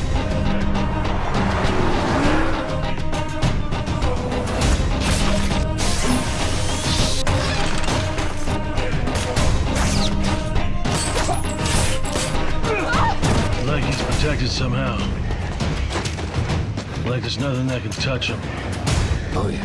I know. I'm not from around here. Oh, shit, you're not from around here. I don't want any trouble. The Book of Eli. Yeah. Is it still going? No. The Book of Eli, a post-apocalyptic faith-based movie starring Denzel Washington. Faith-based? Yeah, I'll get into that. Okay. Mila Kunis and Gary Oldman, surprisingly. And Tom Waits. Oh yeah, Tom Waits makes an appearance too. I like what he when he's in a movie. Yeah, it's fun when he pops up. Yeah, Book of Eli. I never saw this movie. It came out in 2010, and I do recall it was on Netflix, and I always thought to myself, I'm gonna check it out. And then push comes to shove, I never checked it out. Okay. And I was going to choose The Road for my episode, but P did not want to watch The Road. I basically guilt tripped him. And I said, please, God, I don't want to watch that fucking depressing ass movie again. And as a friendly gesture, I took back and I chose Book of Eli because I couldn't really think of any post-apocalyptic movies that I haven't seen. So I was like, yeah, well, Denzel Washington, he's a good actor. This would be a pretty good movie. No. You don't like it? I do not. So let's. You didn't have fun at all? We'll get into that. Oh my God. What's your initial thoughts on the Book of Eli, and is this your first time watching it? No, I've seen it a couple times before. It's a lot of fun. I think this movie, it's because you're a good Christian boy. That's right. Because I believe in the Lord above, who guides our brother in Christ, Denzel Washington, Uncle Denzel. No, I think this is a fun post-apocalyptic movie that it hits on all the tropes. There's a world-ending event. It doesn't 100% say exactly what it is. There's a war in the sky, they say, and the sun came down and scorched the earth or something. Yeah, but it takes like 400 million Earths to go into the sun. How could the sun come to the Earth? It's not fucking literal. He's stupid. That's why. Yeah, okay, yeah, that's it. And so I interpret that as a nuclear event. Yeah. And they fought and they shot bombs at each other and everything got nuked. And then they burned the Bible. Well, that happened before all that stuff, and people were trying to basically purge the religion from the world. And I got conflicting thoughts about, the efficacy of that, if it would work or not. But he's basically just a lone wanderer, a la Mad Max, and he's heading out west. Yeah. like Kid Rock in that one song. I want to be a cowboy. And he's a badass. And should we spoil it? If anybody hasn't seen the movie, yeah, why not? I think that this is one. It's a. If you watch it on a second rewatch, it kind of makes him more badass. I was gonna say, I think that we have to talk about it because there's so much to me. So you say on a second watch, you would see him as a badass, even more of a badass. Well, it would be more impressive. I say on a second watch that half of this shit doesn't make sense. So it's revealed that he's carrying a book the entire time, and it's the Bible. Yeah. And there's a little bit of a kind of hold back there. They don't want to reveal exactly what it is. And Gary Oldman plays like the mayor of this little outpost or some shit that they come up against. And with a bum leg. Yeah, well, he's only got a bum leg because he got shot because he decided to try to take out Eli. Yeah. And he's basically sending out all his gangly ass, dirty ass marauders to try to find books from people, and he's trying to find a copy of the Bible because supposedly none more exist. And you find out that Eli, Denzel Washington's character, has a copy of the New King James Version of the Bible, and he holds it. It's got a lock on it. It's got the cross on the front. Really cool looking Bible. Yeah, it does look cool. And he reads every night, and he's on a mission. He's just marching his way out west. Doesn't say where from, but he says he's heading out west. And he heard a voice in his head. Yeah, exactly. And he, I have a joke that's kind of like that. I'll tell it a little bit later. And he says, Gary Oldman's like, I need that book. You heard it in the trailer. He's like, I'd rather have the book, but if I had to choose, I'll kill you. I'll take the book. Yeah. And that's basically it. And then Mila Kunis is Gary Oldman's love interest's daughter. Yeah. And his love interest. A lot of the people in this world are blind, which I assume is also from the nuclear blast. Yeah. And because she said that she was born, though, not the Kunis's mom. So Laura's mom. The love slave. Yeah, she's born blind, where everybody else was blinded by the blast or whatever. Or a lot of people. Not everybody's blind, but everybody wears these thick glasses because the sun is, I guess there's no ozone or something. They fucked up the ozone too, so the sun is even brighter or some shit. It's left a lot of it to, our imagination, which I like also in the post-apocalyptic movies. They don't spell it all out sometimes. You don't really need Doesn't matter. Yeah. It's in the future. We're fucking dead. And there's a few people left, and they have a miserable... We've gone through an extinction event. Miserable existence. So anyway, it's revealed. So Kunis goes with him on the road, and they go Mad Max style. They go to chase after them and try to get the book and get Kunis back, Solara back, to basically slave her off to his right-hand man, played by Ray Stevenson. Yeah. And eventually he gives it up, and he makes it out to San Francisco. And by the time... It's a great editing trick where they do like Oldman's character is trying to get the book open. He finally gets it picked open, and as soon as he sees the pages, he has an emotional outburst. And he's like, "It can't be! It can't be!" And then it cuts to Denzel. He's found an outpost in San Francisco in Alcatraz, and they're basically got a printing press there, and they're reprinting books of mankind. And he says, "I have a King James version with me." He's like, and you're like, why is that? We don't have a Bible here. How do you get the Bible? May I see it? And then he pulls down his pants. He proceeds to recite it from memory because he's been reading it every night. Oh, that's so dumb. And he's blind. That's the thing. That's a blind guy. He's a blind man who has a photograph. He has a memory of like a computer. Yeah, and So the Bible's Braille Bible. Yeah. It's a Braille Bible. It's pretty cool. Yeah. And then, so Oldman can't read it. So he asks his blind wife or whatever to read it. And she says, fuck you. Well, yeah, because now she has the power. Now she's got the upper hand. She's like, suck my dick. Yeah, she's got the stones. Yeah. So, but when you go back and you watch it again a second time or a third or fourth, I think it's the third or fourth time I've seen this. And there's like scenes where he walks into an empty house. And he walks in and looks left and right. And you're like, okay, come on. What the no one's here. He's smelling in different directions. There's some other things that do make sense, like when he sees the hanging body in the first house in the opening of the movie. Yeah. He doesn't immediately look at the body or come back. He can smell it. It's a dead body. But he reaches up and touches it. And then he kind of like feels for the boots or whatever. Yeah. So there's sometimes it does make sense and sometimes it doesn't. Yeah. Which is like, it's a popcorn movie, I don't really care too much about that. That's like, I don't know. But the other part of me thinks maybe he's not blind. Maybe he just knows how to read Braille. You know, that would be even cooler twist. That's what I'm saying. It's like he doesn't have to be blind to be reading Braille. I mean, he would be a kind of a dunce for.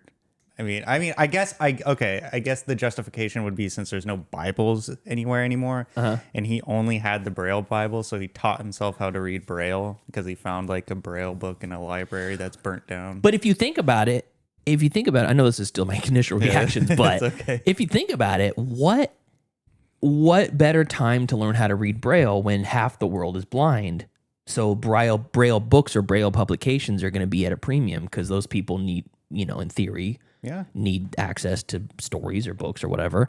So if they had Braille books, and he's like, might as well just learn how to read Braille. Yeah, I mean, is there anything wrong with that? No. I've never heard anybody mention that before, but he doesn't have to be fucking blind. Does it explicitly say he's blind when he's like laying on the couch and reciting? They don't actually say he's specifically blind. It's just he had a Braille Bible. So, I mean, that theory holds some water. Yeah.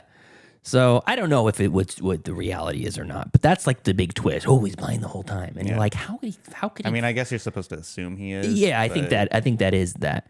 I like your idea though. That's actually kind of cool. Yeah. But ultimately, I think the movie, the setting is interesting.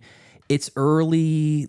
It's only kind of like in how a lot of Marvel movies look now, where it's clearly a giant green screen. And they have like a little tiny set, like when he's on the road and he runs into that scraggly ass woman with a shopping cart. Oh yeah. And then all the marauders jump out from nowhere, and there's that little fight sequence there before he goes in the retreats into the shadows. You can tell the camera kind of booms back, and you're like, oh, that's clearly a little set, and they got the green screen, and they just put all this gray, depressing reality into it. Yeah. So I mean, there was times where it didn't look great, but most of it I think was pretty believable. I liked the setting. I liked the characters. Kunis is not a great actress in general, but I think she was fine in this, I guess. I don't know.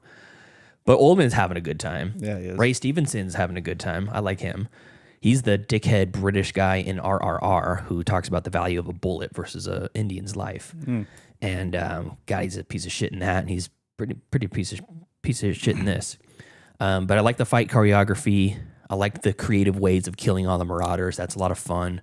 The one guy's about to rape Solara, and he gets shot through the dick with an arrow. I actually laughed at that part. You're like, yeah. You're like, hell yeah. Shut that dick off. Yeah, fuck that guy. That guy sucks.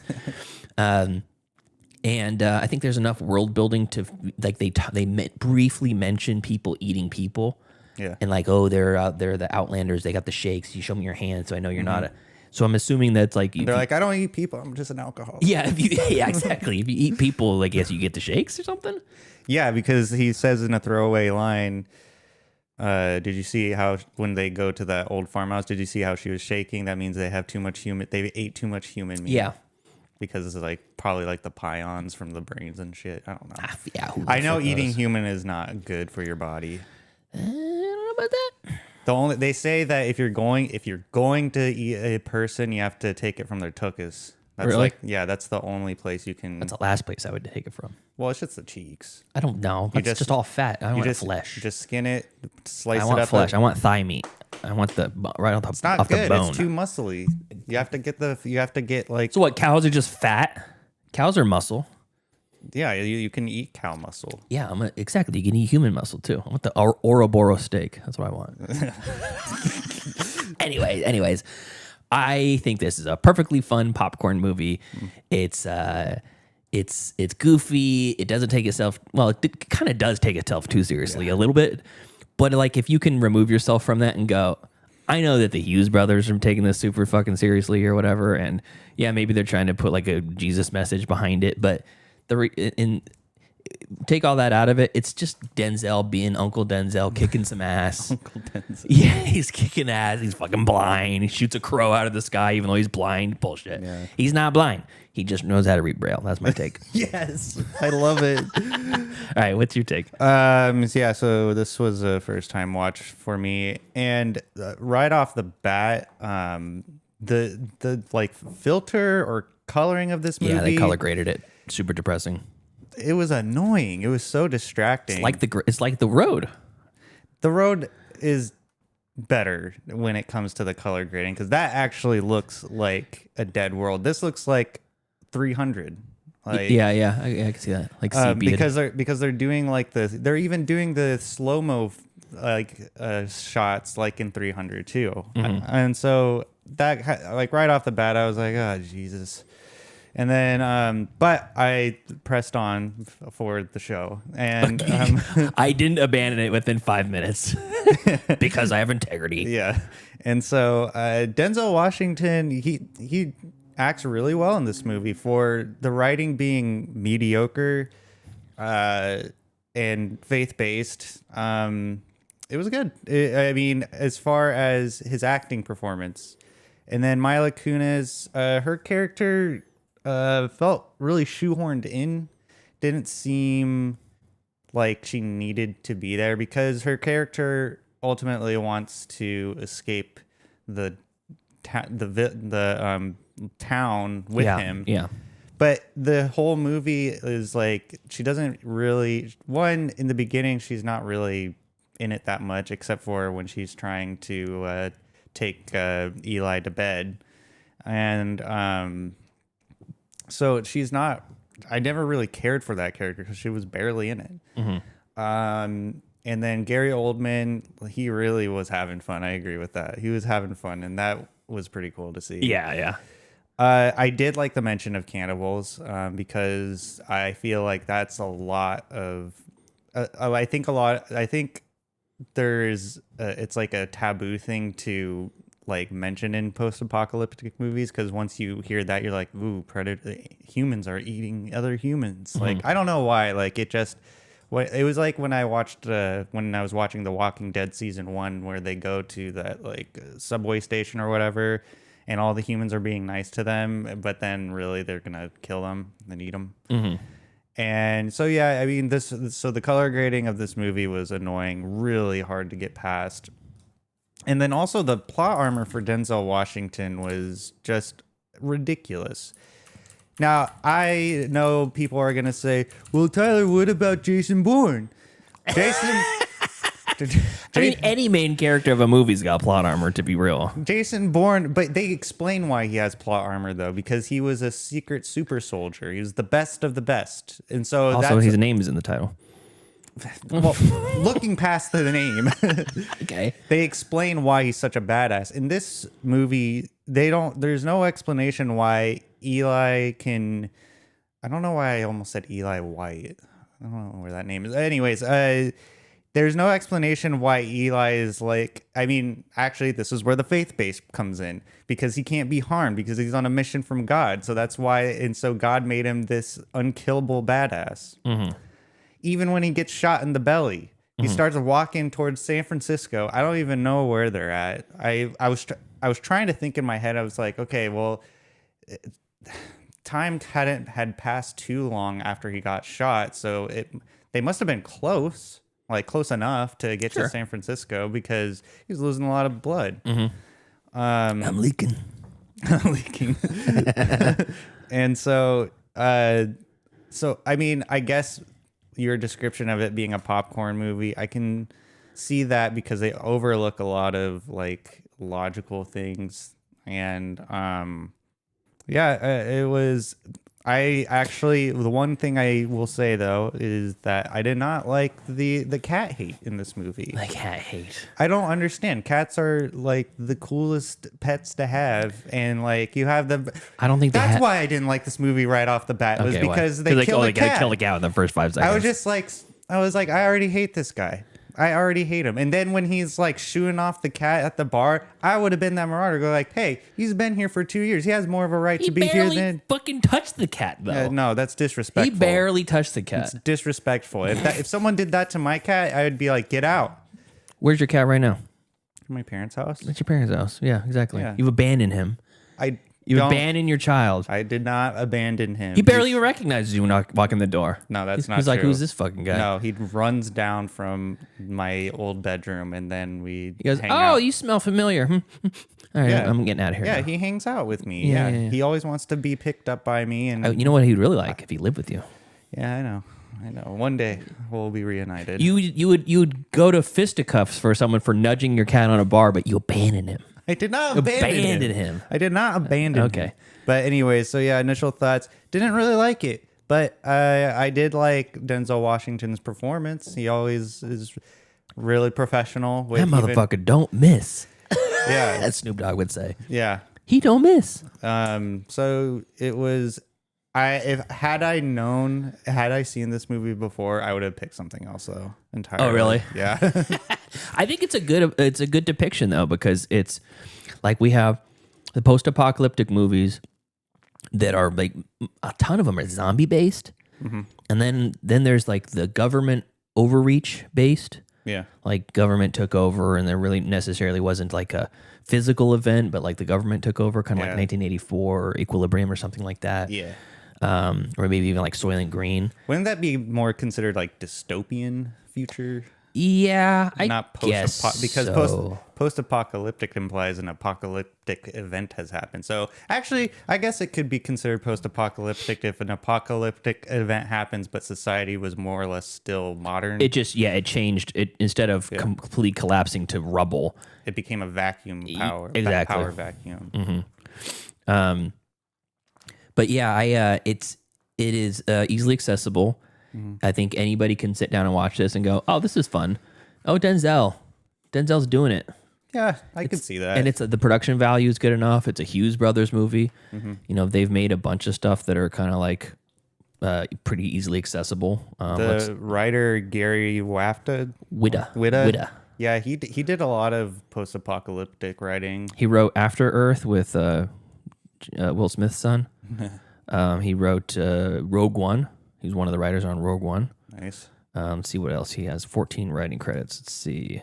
It's all like Walking Dead stuff. Walking Dead, the final season. Walking Dead season 2. Back to the Future Part 2, the video game. The fuck? That's where his career started. And he's got a couple upcoming ones. Fate, it's in pre-production. And then Mouse Guard. I don't know what the hell that is. A brotherhood of mice are sworn to help their fellow mice. Awesome. I'll be checking that out. A live-action feature adaptation of David Peterson's graphic novel published by Arcadia. Interesting. But yeah, the Hughes brothers, I think it's Albert Hughes and I can't remember the other brother's name. Let's see like here. Herbert or something. Albert and Alan Hughes. Oh. And they did Menace to Society. That's kind of, I think, the big one. From Hell, American Pimp, Dead Presidents. Yeah, Menace to Society and Dead Presidents were two really big ones. Yeah. But I liked Menace to Society a lot. It was really good. Very brutal. So, but yeah, easily accessible. It's kind of like, I figured this is about middle ground for post-apocalypse stuff. Yeah, I would say so. It's not as depressing or like gut wrenching or whatever like The Road. I get this mixed up with The Road sometimes because they both are color graded with like no saturation. Yeah. And it's just they're just shambling around in the wilderness looking for something. The Road is the most realistic one because there's no like there is like groups of bandits and cannibals and stuff, but there's really no hope. At least in the Book of Eli, like they have a town, they have fresh water, like they trade, like they have some sort of sustainability. But on the road, like there's nothing. Everything is completely destroyed. You see another person, you just like kill them, basically. Yeah, if you see another person, like you hide or run, everyone's scared and hissing at each other. Well, the thing that I got confused with is in The Road, there's that cannibal scene where they go to the farmhouse. That's spooky. It's fucking gruesome. Yeah. In the basement, all the people in the basement. And I kind of thought when they get to the old couple that are listening to You Can Ring My Bell on the radio or on the record or whatever, I thought, don't they turn into cannibals? But no, they just turn into like rabid NRA enthusiasts. Yeah. And speaking, that was probably my favorite encounter. That's a fun sequence. One, because you don't expect the trap door coming down or being triggered on them. So that kind of like, it didn't like jump scare me, but it kind of made me adjust my seat. And then I was thinking that I didn't think they were cannibals at first. I thought that they were just going to be just this old couple who knew how to survive, and that the guy was just like really proficient in booby trapping his whole property, so that every time someone tried to go and rob them, like they would die. Well, and then Denzel, like once he gets Mila Kunis' character alone, he's like, they're cannibals. We got to go. Once they see the grave sites in the back. Oh, so I missed that. I must have just missed that one line because I could have sworn they were cannibals, and they were, but they just don't encounter the gruesomeness of them, right? Yeah, got it. They say so the guy Oldman and company come in and lay waste before they can get to the kills the old lady with a rocket launcher. Yeah, what the fuck? I like they have a rocket launcher and a Gatling gun. Yeah, it's like the old school Gatling gun too, where you have to the hand crank. Yeah, the hand crank. I've always wanted to try that. Hell yeah, that'd be sick. That was probably my favorite part of the movie. I thought the fight scenes. I like the fight in the bar, or the Orpheum that's turned into the bar. That one was kind of eye rolling. It's like, one, you guys have guns, but they don't. No, well they do, because they go out into the desert and. But they didn't have their guns at that moment. The fight stops as soon as the guns come out, when Ray Stevenson's character comes up from the second level, and he hears the, and he stops fighting at that point because he knows he can't fight against that. Yeah, but he can though, because he's got the power of God and anime on his side. Yeah, when he's walking out of town, like an anime character. When he's walking out of town and the people are shooting at him, he like takes aim and misses, or does it hit him in the back and deflect? I thought it just hit the book, and that would be like a bullet in a Bible situation.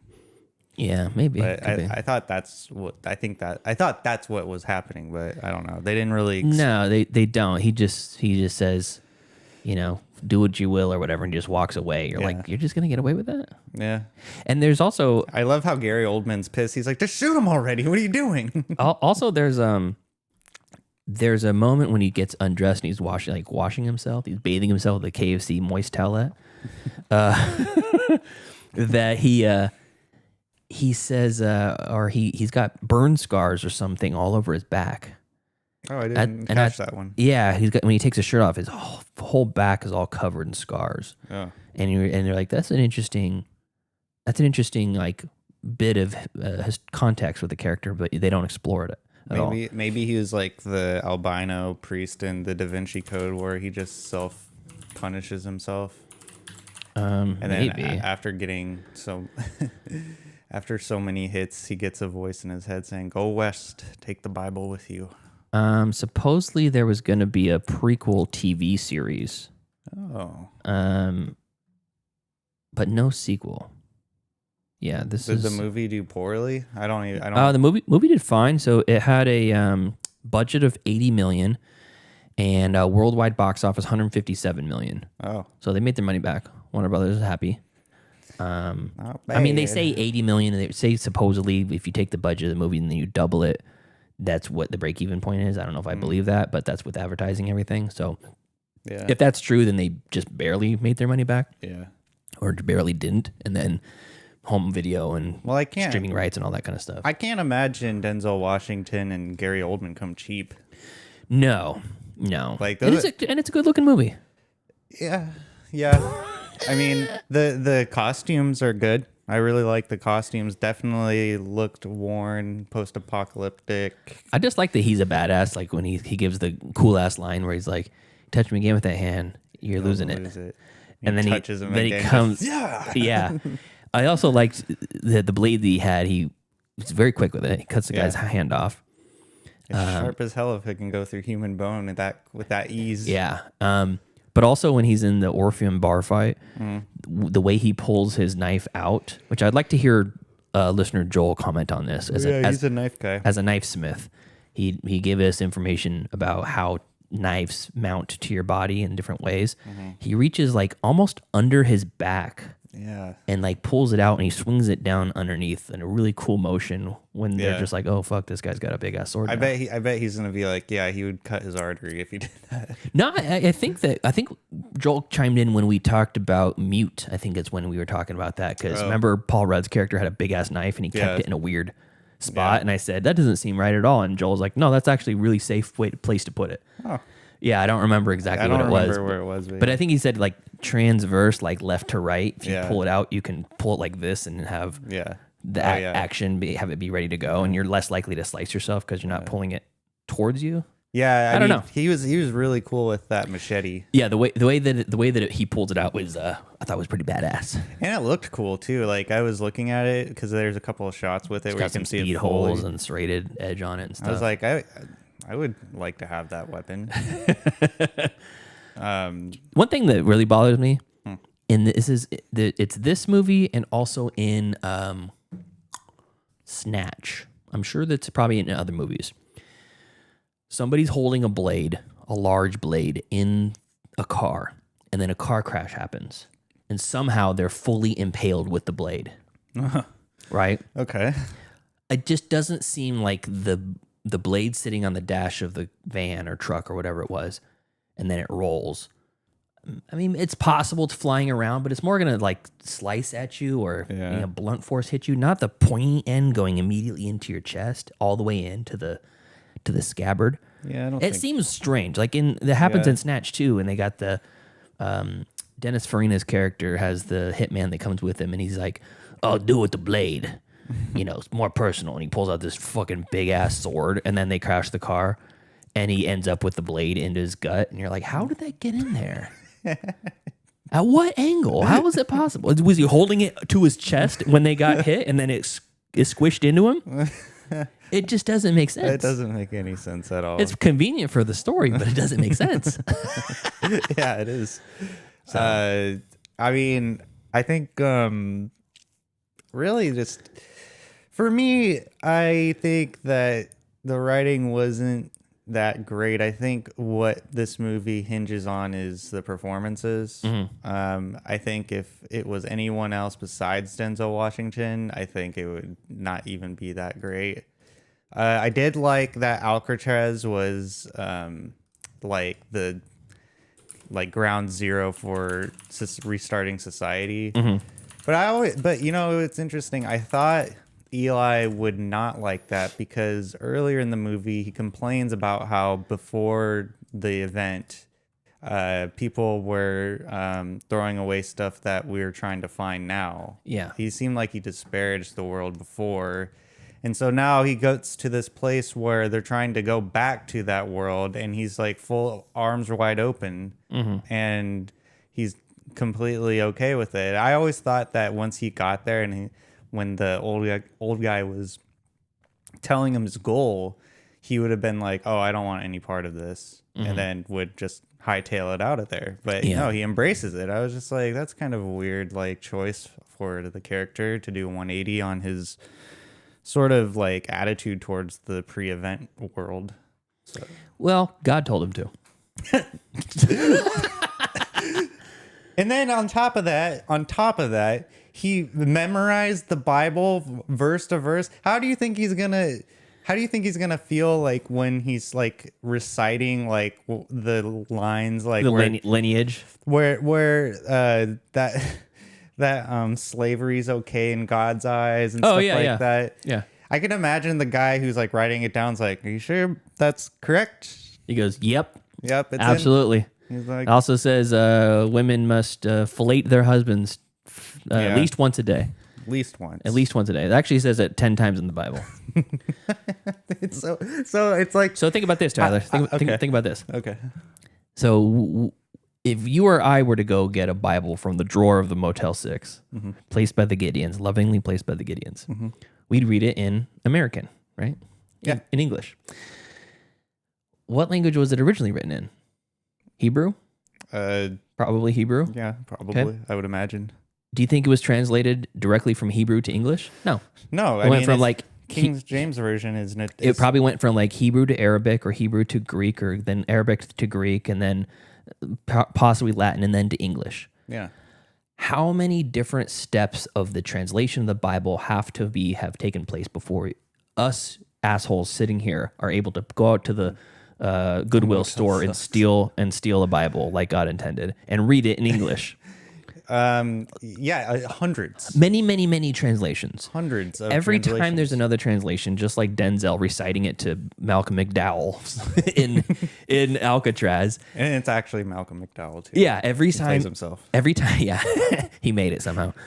Every time that there's another translation, there's an opportunity for nuance changes or large changes.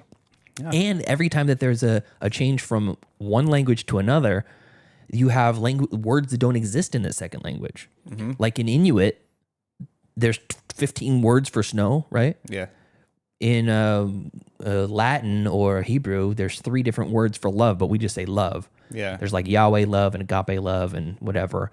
So it's like you just either simplify it or maybe more specifically choose the word. If your language has 10 versions of that one word, you choose the one that you think it means. But then 1,000 years later, people are like going to war over this shit because they're like, this verse says this. Yeah. Like, but does it? Do you read Hebrew? Yeah, I mean that's that's called hermeneutics, by the way, the study of different translations between different languages. Yeah, my dad majored in it in Bible college. Yeah, that's really impressive.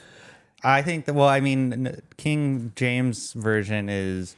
I think it's well known that it's not accurate whatsoever to the original text of the Bible, and so I've never heard that before.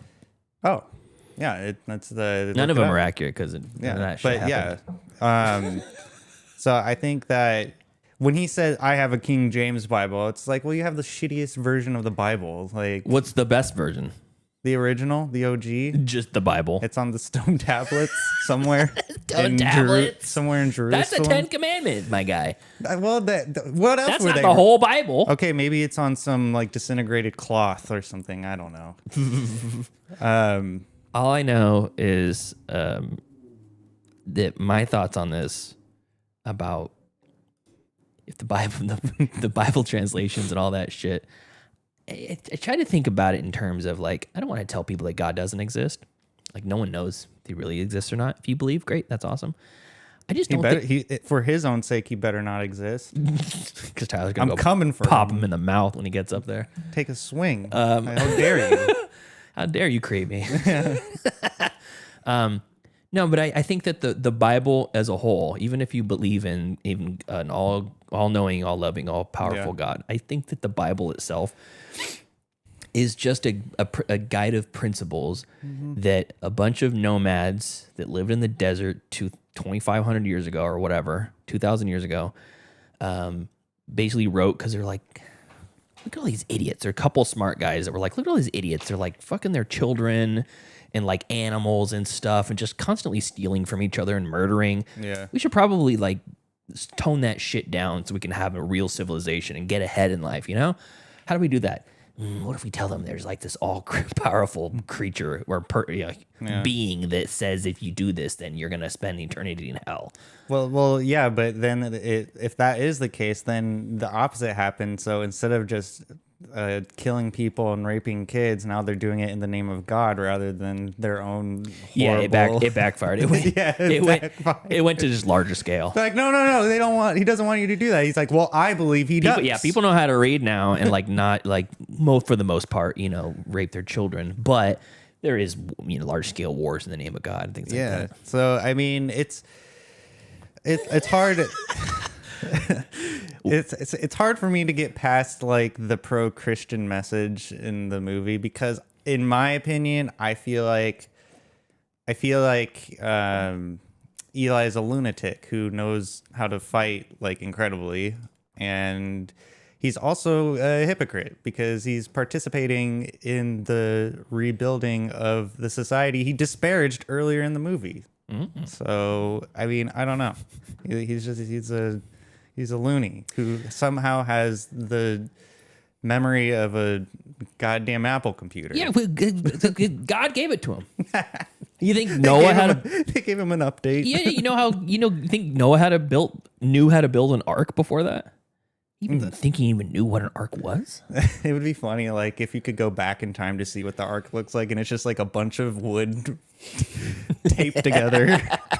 It's not how it's depicted in like those like illustrations where it's like this huge boat with a bunch of animals. It's just like, you know what I think what happened in Noah's Ark is that I think that he was a gross man with a harem of women in a farm.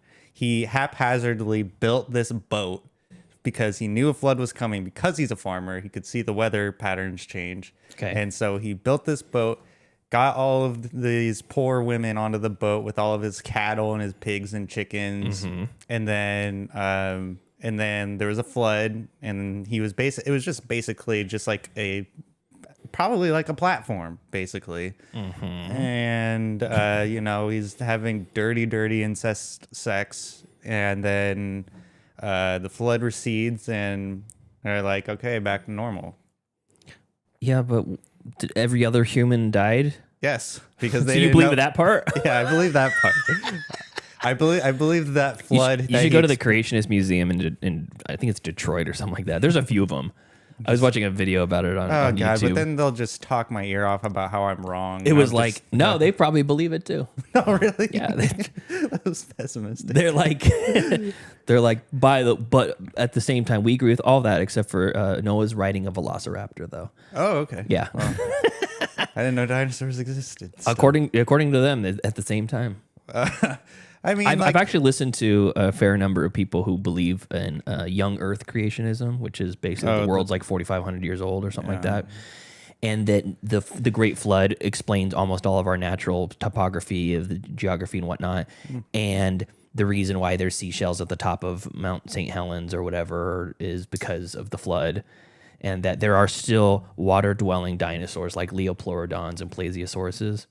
Oh, they still exist. They still exist. That's what the Loch Ness Monster is. They say. They also think. They have that. Oh, okay. They also think. I like that. Yeah, I like that. They also because they could survive in the flood. Yeah. All the other dinosaurs got wiped out. Yeah. And they also believe the pterodactyls are still alive. And there's sightings in the Amazon from tribe members that they call them the Great Thunderbirds. God damn it! It's so crazy that it actually makes sense. They were flying. They could just live up there. It's not like they had to find a place to sleep. I know they just flied for a month. They flied forever. Real quick, I need to read Joseph's review of this. Oh yeah. Okay. So Joseph Navarro. He didn't even make any stars with it. No, he made no stars. Oh, no. All right, Book of Eli, review from Joseph.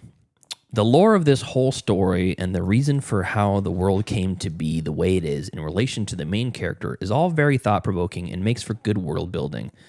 The fight scenes and action sequences were pretty entertaining, especially when you find out something about the main character much later, even if it's pretty outlandish.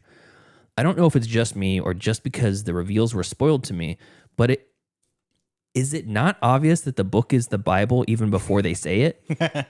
The blind part I understand because not knowing because the blind part I understand not knowing because they do a good job of hiding it, but also planting some clues. But also, was it necessary for him to be blind? Possibly the whole blind faith theme of the film. The end is bleak and ambiguous, and I liked most of what this film was giving me, except for the crunchy, desaturated color of the whole thing. Yeah. Definitely felt like a 2010 film, and also Malcolm McDowell's terrible hair. Overall, entertaining and might do better on a second viewing. Solid B. Wow. Yeah. I was expecting him not to like it.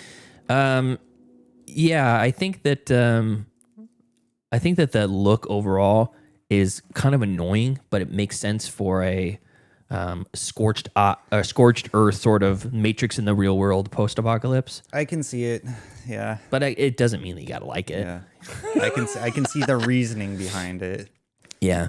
I thought the fight scenes and the sequences, those are my favorite part. You know? Yeah. I thought that encounters on the side of the road, the Orpheum fight, all that kind of stuff. What I liked about the fight scenes too was because ever since I've watched bad fighting choreography videos, like where people point out like, that's bad, this is why it's bad. Like, for example, the Dark Knight Rises ending fight scene. Oh, that's rough. When you're watching it, like at first, like, I mean, I didn't even pay attention to the fighting choreography, but I watched a YouTube video on like why it's bad, and like they would point out certain things. I was like, oh my God, yeah, that's horrendous. It's like if you take the sound effects out of a fight scene too, it's really obvious that they're not landing the punches and things. Yeah. If Like there's sometimes you'll see creative editing purposes. Like they'll have a fight that's going on. You hear all the punching sound effects and stuff. And then it's like the music of the fight, of the real world, the sound effects that kind of fade away and one of the characters in like a fugue state. You know how they do that? And it's like guys like traumatized by what's happening. Yeah. But the fight's still going on in the background and you're like, that looks so cheesy without the sound. Yeah. So I didn't really see anything egregious with the fighting in this movie. And it wasn't doing like a whole shaky cam thing either. No, it did pretty good. And plus he's just slicing people too. It's not like, I mean, I think there was like one fist fight, but it was like close, like encounter rather than him just like punching out everyone. He was just slicing them up with that machete like it was nothing. So do you want to grade this thing? Yeah. I got nothing else to say about it, and Joseph's already gave his grade. Yeah. I will give this movie a C. C. Yeah, just a C. I didn't hate it, but overall, I thought it was, like you said, just like really middle of the road. I had at one point wanted to seek this out and watch it, but then I kind of lost interest, or I forgot about it until today, or today. So yeah, C. Okay, C for Tyler. Joseph gave it a B for Book of Eli, and I'm also going to give it a B. Oh. I think I came into it thinking it was like a B plus movie, and it lost a little bit of a fastball after watching it a few times. I think it's probably just the 2010 sort of look of it all. Yeah, it looks like a lot of green screen. Yeah. And Mila Kunis, I remember being more a better actress. I think it was just because I thought she was just so hot when I was younger. She is a babe in this movie. Yeah, I mean, where's she finding the makeup in this wasteland? The first thing I thought of when I thought about this movie, I'm like, somehow Mila Kunis is just fully made up the entire time. Gary Oldman wanted to keep her pretty. But I like the world building of it all. And I do like a biblical allegory in film. I think I like Aronofsky's Noah, taking a biblical story and turning it into like a crazy sci-fi action movie is really I like that. It's really cool. And in this one, in the Bible, Eli is blind. There is a sort of, you're on a mission, you have this thing to do, go do it. So it all makes sense based off of the Bible. Yeah. I mean, God wanted Abraham to kill his only son out of faith. Was Abraham the one that killed his son? Yeah. Or was going to? Yeah. Yeah, I think you're right. Anyways, I like that sort of stuff. It doesn't like bring me too much ire because I just think of it like it's another story. It's like adapting a grim fairy tale. Okay. You know, taking a story out of the Bible and making a movie. You're here to hear first. The Bible is a grim fairy tale. Hey, it's probably pretty close to it. Your father's losing his mind right now. Oh, he knows. So, anyways, that's all I have. All right. What's next? Next, we are going to watch a Patreon film. Yes. Patreon's next week, and we don't have the answer yet. So please tell us what you want us to watch post-apocalyptic wise, and we will talk about it. Yeah, Joseph will be back next week. He had 2 shoots, one this week, one last week. So he'll be back next week, and we have a few votes already on the Patreon. There's some interesting picks. Did we talk about it last week? Briefly. I don't know if it was last week or the week before that, but let's see here. Patreon. Where's the Patreon? There it is. All right, let's see. Calling all Patreon classmates. Okay, so we have... That's not available. So Joel picked Cherry 2000. Oh yeah. Binge Lord Dan, picked Doomsday from 2018, and Chris Geiger, The Postman. Okay. I didn't know The Postman was post-apocalyptic. I've never seen it. So those are only 3 votes right now. If you're a part of the Patreon of any level, go on to the Patreon and post about it. I'll repost it one more time, and I'll put it on the Facebook page and the Twitter and all that kind of stuff as well. So we want to get more feedback, more people voting on it from the Patreon. Yeah. And we will watch something new next week. Yes. It sounds like it's going to be something that none of us have seen. Have you seen The Postman? Never heard of it. It's got Costner in it, I think, or Mel Gibson. The Postman. Let's see here. Yeah, it's Costner. Okay, it looks like a post-apocalyptic. Sci-fi adventure, it says. 3 hours long? Holy damn you, shit. Geiger. God damn you, Chris. Tom Petty's in it. Okay. Why is Tom Petty in this? Also, why does Tom Petty look like that? He needs to shave that beard. Well, he's dead, so. Oh, okay. A nameless drifter dons a postman's uniform and a bag of mail as he begins a quest to inspire hope to the survivors living in a post-apocalyptic America. Oh, there it is. Somehow I feel like this is a punishment in some sort of way. It's an inspirational movie. Good. It's got a 14% on Rotten Tomatoes. Oh my God. Yeah, I kind of have a feel like that. Chris likes to punish us. Yeah. So that's not the movie we're watching. It's still on a vote. We got a 3-way tie right now, and it can be anything else after that too. So we'll post that on the Patreon and the Facebook and all the socials, and we'll find out what we watch next week. Yep. Cool with that? Yeah. Okay, so thank you to our cool SCR duties over on Patreon. That's Javier, Heather, Michael, and Chris. If you want to support us on the Patreon, you can do so at patreon.com/middleclassfilmclass, or you can just watch on the YouTube and share with a friend or family member. That is its own way to support as well. Until next time. Thank you for joining us for this episode as we review Book of Eli, Uncle Denzel's classic.